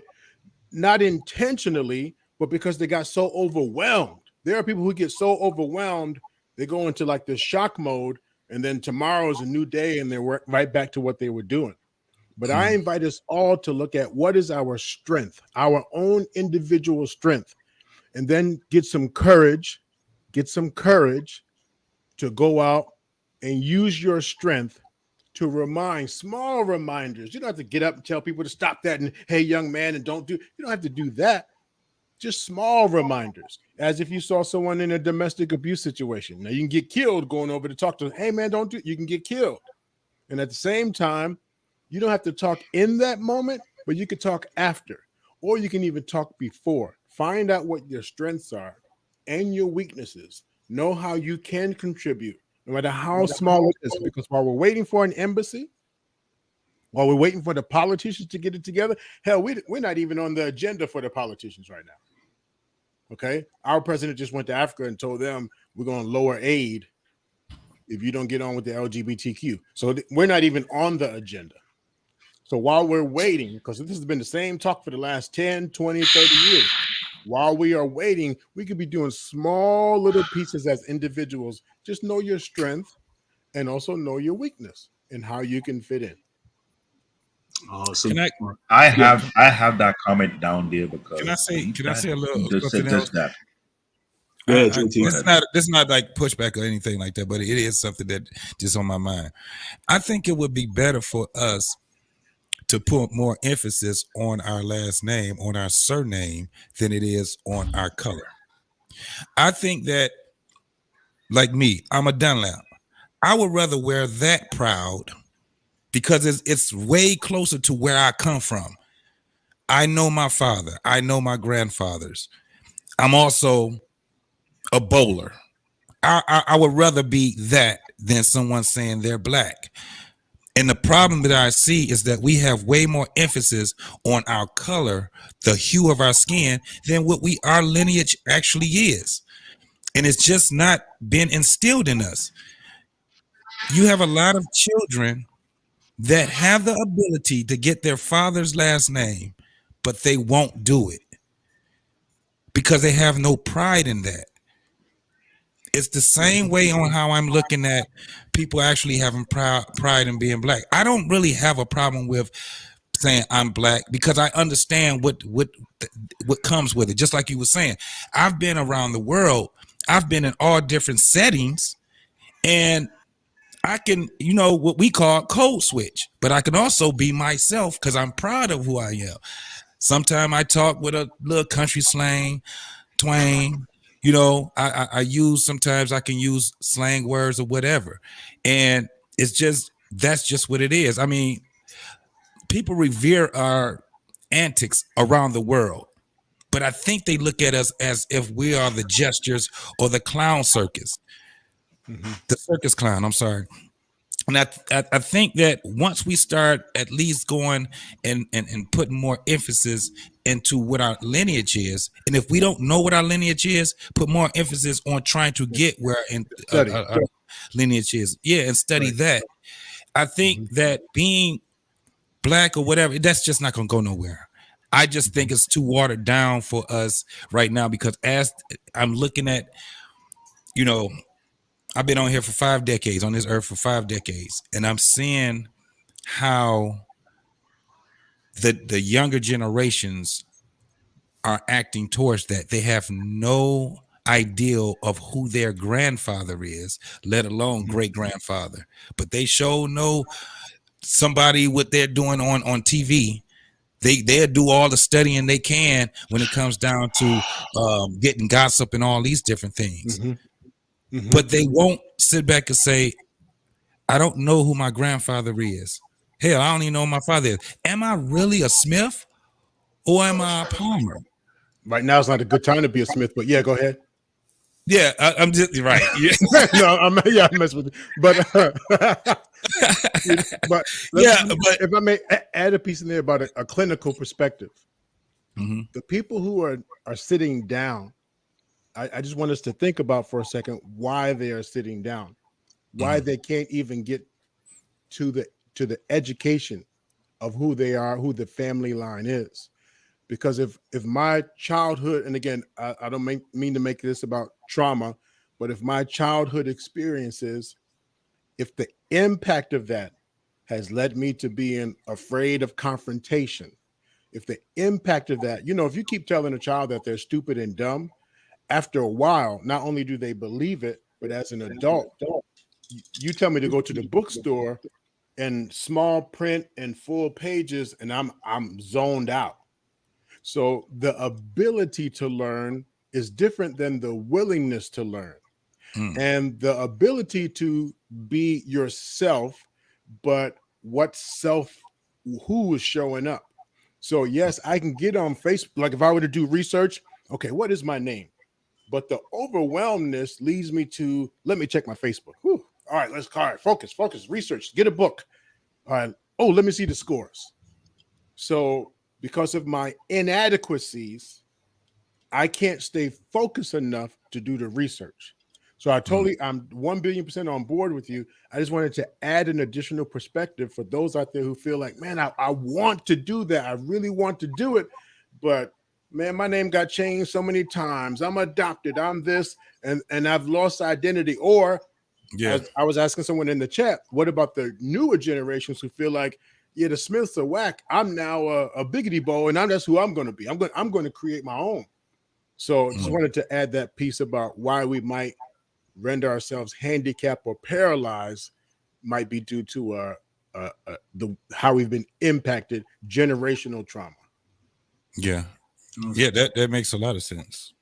Awesome, guys. Great conversation tonight. I want to move to final thoughts. And again, once again, thank you for everyone who's been with us tonight. I've just been looking at some of the chat. It's been a very active chat tonight. Thank you for your participation in this show tonight. Again, this was, came up at the last minute, and I just, I had thoughts on this, so I decided to put this together. So again, thank you, Black Man, for having us on.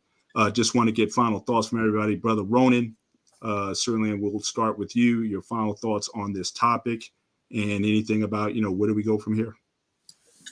I definitely believe we need to start with the internal first, respectively from where we're at.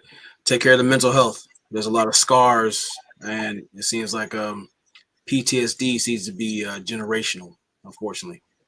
So there's a lot of work we have to do internally. Then we worry about rebuilding the family, brick by brick, pillar by pillar, start restoring the level of order out there. And then once we start taking care of those things, we can actually mend the bridges that we need to mend. But again, we can't do that with a bunch of straws out here. So absolutely. Thank you so much. Thank you for joining the panel tonight. Thank you. Brother JT, again, thank you for coming on and sharing your perspective tonight. What are your final thoughts, sir? Thank you for having me, brother. Always.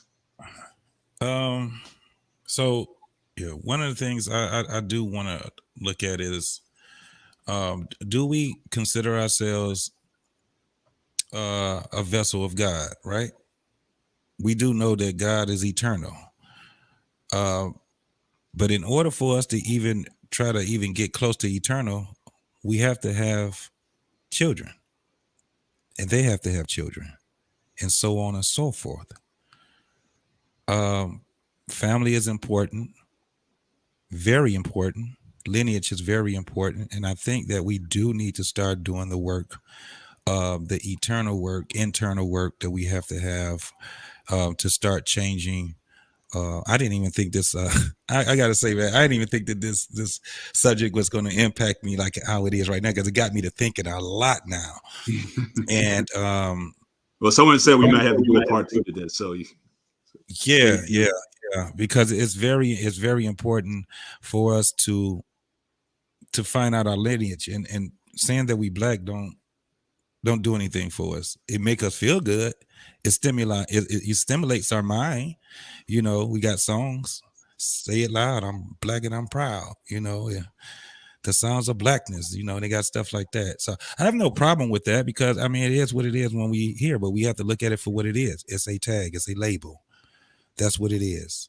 I think we definitely need to get more involved into our lineage, so we can give our kids at least a start on where they can really, really look.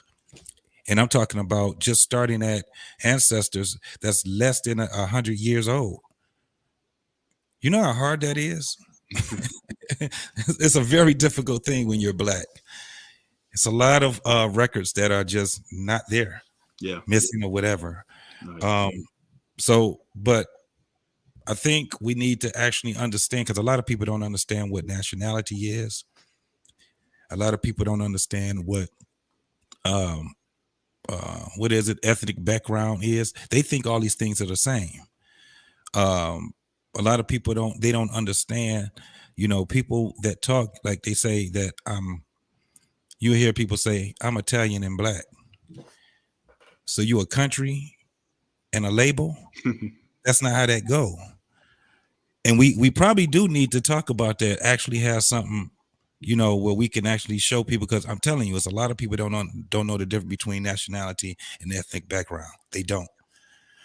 So to end that, man, I really appreciate you having me on here. I'm sorry I came on late. I had a lot of personal things I had to get situated. But I really appreciate you guys. You guys that don't know who I am JT. My channel is What We Know Podcast. Please, if you have not done so, go over to that channel, subscribe to it, and definitely hit that bell so you will know when I'm going live. And I got some content on there that you also can look at. I'm about to repurpose a lot of those videos I got, man, and chop up some of them videos, because I got some good stuff on there. So Good. if you guys get a Anything coming up chance, recently? Got any plans? Any shows coming up this weekend? no, I'm not even going to promise that right now. I got to get some. I got some personal things I got to definitely get Sure thing. Sure thing. together. But I'm getting ready to come on. Like I got another channel that I'm getting ready to really launch and do it just as big as I'm doing the podcast channel. So I'll be letting you guys know though. Absolutely. Appreciate you. I didn't get a chance, Brother Ronan. Just you can shout out do you have a platform, a channel? How can people contact you? Oh yeah, they can catch me on my personal channel, which is the Book of Ronan on YouTube. And me and my brother, She Stay Sleep, we do a podcast called the Foundational Manhood Podcast. We have shows every Wednesday, and we talk about things as far as rites of passage, mental health, physical health, internal work, telling guys to stop being internet weenies. And then when it comes to it, I have like actual solid full progressive conversations with hints of humor. Some more than anything, but yeah, that's what we do. Appreciate you. Make sure you follow him. Drop his information in the chat, and make sure that you follow. But again, appreciate you being on tonight.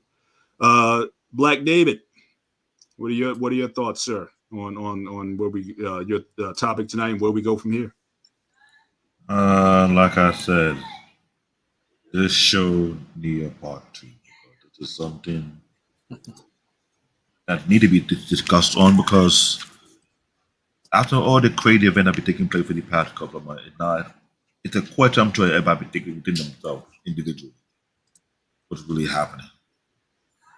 My final thought is this: we need to get a foundational holding what we really are as a person, as a community. When people mention the surname, I see people in the conversation in the chat room saying that our surname is attached to our slave owner. I get it, I understand it. I've been told that several times before in my college day. They didn't like the last name because it's not the original name they had. I'm blessed to have my original name. I can see why people are building new identity after the Black Israelites. They change their first and last name to something that I don't know where they got that idea from. So you can imagine it affects every individual dark. I gotta say dark there, I can't say black. Remember, what shade you are, you're still part of us. They always long for a true identity they can relate to. We're gonna say where they're from. This is why I had to say that this had to be a part. We need more voices on this conversation because this is much bigger, much deeper than us. We have people out there making room for us to find out who we really are. We're doing DNA to trace it back to your lineage in case you cannot find out who your family is. When JT and Ronnie, I'm sure not JT and Dr. McCutcheon, but the other younger generation, they don't really care about the lineage anymore. They make stuff off the. That is a problem. When you don't know where you from, where your lineage from, who you are, what your identity, and you just coolly just make up stuff, it's saying that you're crying on the inside. Why am I here? Where am I? Where I'm from? Who am I? Who did I came from? Who shall I look up to? Who are my forefathers? These are things that I can tell what is destroying the community as it is right now. Because when you don't have something like a beacon post to keep you centered, you're going to have so much unnecessary chaos that create more extra, I hate to say this, generational curse to pass down to the next generation for them to fight, which might be harder than what we're doing right now. I give a shout out to some people who hold on to their lineage, even though it was not easy. We have people in the South who know where they were from because somehow they found a way to keep hold on to their lineage regardless of what the oppression was. That's a lot. It's not that simple. This conversation, I'm surprised there's no super chat because maybe because it's not entertaining. If you're not here for entertainment, you're here for something more solution based. This is something I could kill it with anybody say. There will be a huge conversation for the next couple of months because Just like they said, Kamala Harris went to Ghana and Uganda, tell them, oh, you need to practice this. And I was telling people, that's the bad move because Obama did it first. He came to my country during his term. And when he did that, everybody know Nigerian people, you're too prideful. Oh, you want to learn how to live a life? I got something for you. They broadcasted. It's not illegal. What you gonna say now? Other countries say it's a death sentence. So they put you back there. Enough is enough. And I told you guys, Ghana trying to get the complete freedom, and look what they're trying to do to them. They're trying to craft their own economy just because they want to be completely free. They don't want to be another satellite or silo for resource taken from them. They told their friends, you're not taking our cocoa no more. You want our cocoa? You come and get it from our refinery. He told the president of France that in his face in a conference. And what they did, oh, you're big bad on board? Okay, we got something for you. This is real, guys. This is really, really real. And even though that's happening, there are people in the country that are saying, screw them. We could care less about it. They're trying to build their own economy from ground up. Because they know who they really are. They had enough of it. So imagine other African countries that we don't hear in the news are pushing back, pushing against the trope, pushing back against the nonsense. I'm telling people, yo, you want to join our fight? We will accept you. Because they see it across the globe. You got YouTube now. You got TikTok. You got Twitter. All types of social media platforms to showcase what the hell is going on. So now you can't hide nothing from anybody. We're now at the stages, are you going to be an afterthought or you'll do something about it? So that's why we need to have a part two. And we need more intelligent mind on this conversation because the five of us, we can think for so many things, but it's more bigger than us. And I hope, black man, when you're hearing this, you're watching this, this needs to be something much bigger because this is not no one-off conversation. It cannot be. Mr. Bennett, you did an excellent job because right now, I try not to be like JT and Mr. Running thinking heavy because I'm trying my best not to curse. I'm trying to think my intellectual side because I've been in the conversations in college. Anyone who's been to college campus, when you need to talk about intellectual argument, the Bennett knows it very well. It's never settled. You can take a knife and try to cut the tension, you get burned in the face. Mm-hmm. That's exactly how it is. Oh yeah. So this is an excellent conversation. And OG, you're OG, so you should be coming here trying to let us know what's going on during your time. So we can understand how we can connect. Other than that, whew. Appreciate you, Black David. And I appreciate everything you do on the BMU new network. I mean, you were able to join us tonight, but we know the kind of work that you're doing behind the scenes, keeping these shows going. So I appreciate everything that you do. I'm a dad and a granddad, so I'm doing double duty, just like you said. God bless you, brother. God bless you. Dr. Nakumbe, again, thank you. I mean, every time you're on, I feel I'm elevated just a little bit higher anytime that you're on. And you give such a hopefully I'm using the right word, a validation to what we're doing. Because again, with your practice, you could be in so many other places. Talking to so many different audiences and whatnot. And I'm sure you do, certainly are doing those things. But the fact that you spend time within this network, we're blessed to have you here. And just your people talk about my calm, but your calm is, sometimes I have to follow up on what you said. It's like, oh man, black man, why'd you have to have me come up after doctor had to do his thing? Right. So that's not even fair. That's not even right. Right. Because you just dropped the mic. Someone's like, how am I going to follow that up? But again, thank you so much for being with us tonight. Your final thoughts on this topic of tonight and how we go forward. It's an honor and a blessing. And I think any given night, any one of us can drop the mic before the other person. I'm definitely as much a learner here as I am a teacher or guide or support. And this is an example of, This is a skill set that I have. Why not bring it to my own community? Why not bring it to a community that's there, that's saying, hey, we're open to learn, and to the people who are like, no, we don't want to learn because it's not exciting, but still bring it. The thing I want to touch on as a final thought is be mindful of how you learn, whatever perspective you take on tonight. I think one of the points were, how do we unify it? Because, there are groups out there that have a word definition for this and a definition for that word and so on and so on. But we don't want to have all these different definitions. And you can own it how you feel best. But let's look at, how do we recognize it as one class, one group, one tag, one idea, one family, even with different names. But look at how you are willing to identify and show up. Be careful how we cancel each other out. It doesn't have to be the loudest voice or the greatest advocacy and all that, but just be mindful how we cancel each other out. We do it in sports, we do it in entertainment, we do it in this. Who's the top paid? Who's the best this?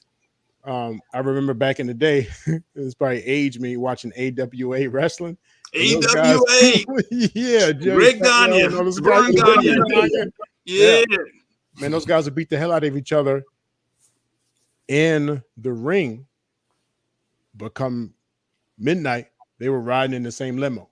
True that. The politicians go at it all day long, beefing at each other. Come 4:30, 5 o'clock, they're all going to have a drink together. That's right. So I think no matter how we identify in this particular culture or this race or whatever we want to call it, but find a way that we don't cancel each other out and bring it together. Know your character, again, your strengths and or your weaknesses. I attend other people's shows and listen, and I'm taking note. I don't claim to be the most and There are areas where I'm not the sharpest, so I take note. So be willing to be a student. And if you are able to lead, do it. And sometimes we might have to push people out the way. There are people who are in my way when I'm trying to get out there and support. They talk a lot. They want to do this. Move out the way. This is not your arena. This is not your area. And I don't mean they're less than. I'm just saying they don't have the oomph to do it. So I'm glad you show up and stand there. But it's like watching a car accident. Some people will jump out the car, but then they stand paralyzed. And I have to move them. If you're a paramedic, you have to, or you're EMT, but you're off duty, but you see that, what do? You have to move people out the way. And I don't mean aggressively to hurt people, but we have to recognize who's not really part of that movement. And so help them move out the way until they're ready. Don't discard them totally. Just help them move out the way until they're ready. Build your family. Please always consider before you abandon that family. And I know the quotes. What one man won't do, another man will. No one was there for me. Why should I do it? Put that selfishness to the side. It only takes one. But it has to be someone.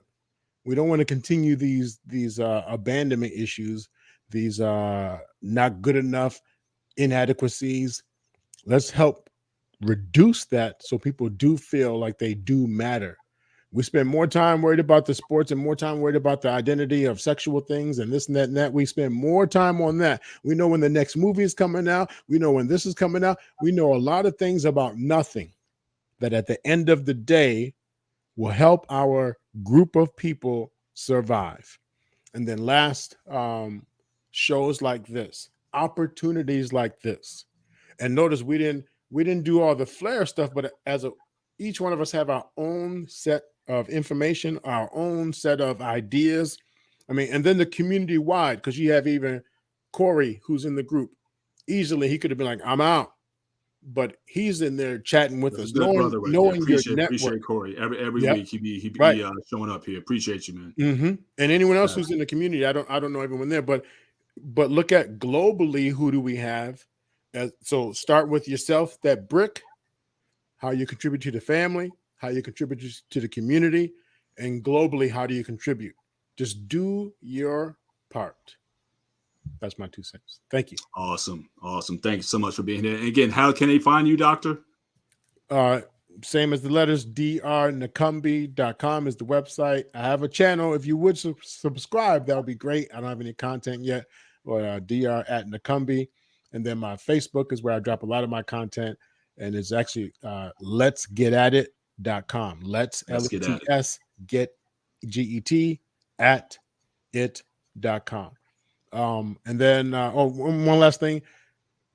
Part of knowing yourself is also making sure you're mentally prepared. So mental health plays a big role. We forget about that. We do a lot of physical stuff and a lot of sex appeal and all that. Please, please, please be mentally strong as you're approaching this, because it'll just take one little harsh word and we feel weak and rejected and broken when we're not really broken. Check that. We're not really broken, but that's tied into something else, our sensitivities. So with that, I land. Thank you. Appreciate you. Thank you so much for being here tonight. All right, I'll close by saying again, thank you everybody for being on, and thank you for your perspectives tonight. I just want to say that where I want to land my ship is, I think we do need to take the name back. Right, take the tag back. I think that just as we said, you can define your name. Again, a name or a tag. None of these tags mean anything. It's what you put into it. So what you put into your last name, what you put into to the term Black, that's up to us. And I think we need to take back what that means. So for me, I'm not only Black, I am pro-Black, meaning I am pro for the propagation of. That means I'm for the population to go. Do you understand that in America, our population has been flatlined for about 12.5 to 13% for decades? The only increase that we've had in the Black population in America is from immigration of African and Caribbean immigrants. But the ADOS population, we have been flatlined for decades. No, I want, just as the Latinos are doing, just as they're slated to be there, they've already surpassed this as far as the minority here. No, I want more Black people. I want Black men marrying Black women, having Black families, creating Black legacy. I want more Black educated. I want Black across the board. I want Black success. I come from a family where nobody in my family finished a 4-year education. I was the first one to graduate from a 4-year college or institution. And I'm graduating 3 from my loins that are graduating from college. So I want to see Black people thrive and succeed. I want to see more Black first. I want more Black lawyers, more Black doctors like Dr. Nakumbe. I want more Black tech people like Black David. I want more Black entrepreneurs. Black is not a race. Black is not a condition. So we need to redefine what this means. We need to put the pride. When James Brown said, and I still is one of my favorite, when he said, "Say it loud, I'm Black and I'm proud." Well, we need to put the proud back in being Black. So anything that affects our community, if you're a drug dealer, the way I grew up, if you were a drug dealer, you weren't Black. Because anything that hurts your community, you're not Black. So again, first rule, if we're going to change this thing around, first thing that Black people need to do, just like the Hippocratic Oath, do no harm to one another. We need to stop doing the harm that we're doing to one another. We need to cease that. And we need to understand a lot of this is systematic. A lot of this is coming from source. Why are we doing this to them? Why are we doing this to ourselves? And there's too few of us. There's too few of us to be so divided over tangential issues. All these things. Black is not a political party. Black is not a genre of music. Because we created, if you look at American music, we basically created all these musical genres that are out there, rock to everything else. Black people created that. So this idea of us dividing ourselves over these things that change with time, we need to understand what goes into that tag and how that tag has helped us to advance to where we are. But now we're seeing this recession where Black is being associated with so many negative connotations right now. So I think we need to start to reimagine what this is and start promoting the best in ourselves, the things that are still going on that we don't talk about. We talk about so much trash because it gets clicks and likes in the show. Let's celebrate Black success. Let's highlight those who are doing it right. Let's highlight Black families who are raising their children right. Let's those who are growing physically, spiritually, Black health. Let's start talking and educating people. So again, forget the follow. Don't base your success on the number of followers that you're getting, but let's just continue to put out good content that helps to improve and better our communities. At least the information is there. What you do with it is what you will. But I'm very, very much wanting to see our people, regardless of where they're from, thrive and prosper. Listen, I know the wars in Africa, what's destroying that country right now, with that continent right now. All these things we're just fighting against each other. And so, so again, we need to understand this game that's going on, that's being played against us and playing ourselves against one another, and nobody is progressing the way we should. We all should be doing better. So that's what I want to see until I die. That's what I always promote. I love when I see black men and black women in love, black men and black women marrying, staying committed to one another. And I will always advocate for that. I told my daughters, on the real, as long as the guy treats you good, marry, who you love. But in the back, I'm saying, but if he's black, I like that too. And I'm not ashamed of that. I tell them that. Yeah, I want black son-in-laws. So I'm always going to be rocking that. And again, this whole experience for me, like I said, came out of just wanting me to help my daughters because they were minorities on campus because of all the other, those of African descent. They felt like outsiders there. So for me, this, like I said, this exercise came out of wanting them to have a better sense of self, because a lot of the things they would get is, well, you're Americans, y'all black Americans, y'all don't have any culture, or your culture's trash or whatever. It's like, no, understand the culture and the tradition that you came from that got us to this point that allowed for others to also come and take advantage of America and things that America has to offer. No, your history is rich, and you come from a strong lineage. And so this exercise that I went through, it was certainly took me back to my college days when we were, about black advocacy. But also I realized that now, with everyone being so divided, it might be more needed now more than ever. So I don't look at it as a limitation. I look at it as, again, in this country, the way things move in terms of politically, people come together. I mean, we always know what's happening with the LGBTQ community. I mean, again, people coalesce. I mean, if you want to get things done, you have to do it together. This whole idea of being the lone ranger or the single actor, it may help you personally, but it doesn't move the collective. And we need to get back to that sense of collectivism again. But let's focus on the things that matter and not, who your favorite artist is, right? I'll land my plane with that. But again, Black Man, thank you again for having this, allow me to host this panel tonight. And hopefully this content will land with some. And, again, I would certainly welcome having a part 2 of this in the future. But thank you for everything you do. God bless. Not sure if guys want to hang out in the back. I'll hang back for a minute if people want to talk in the back. But appreciate the show. Thank you, everyone. Enjoy your weekend. Take care. God bless. We'll see you next time.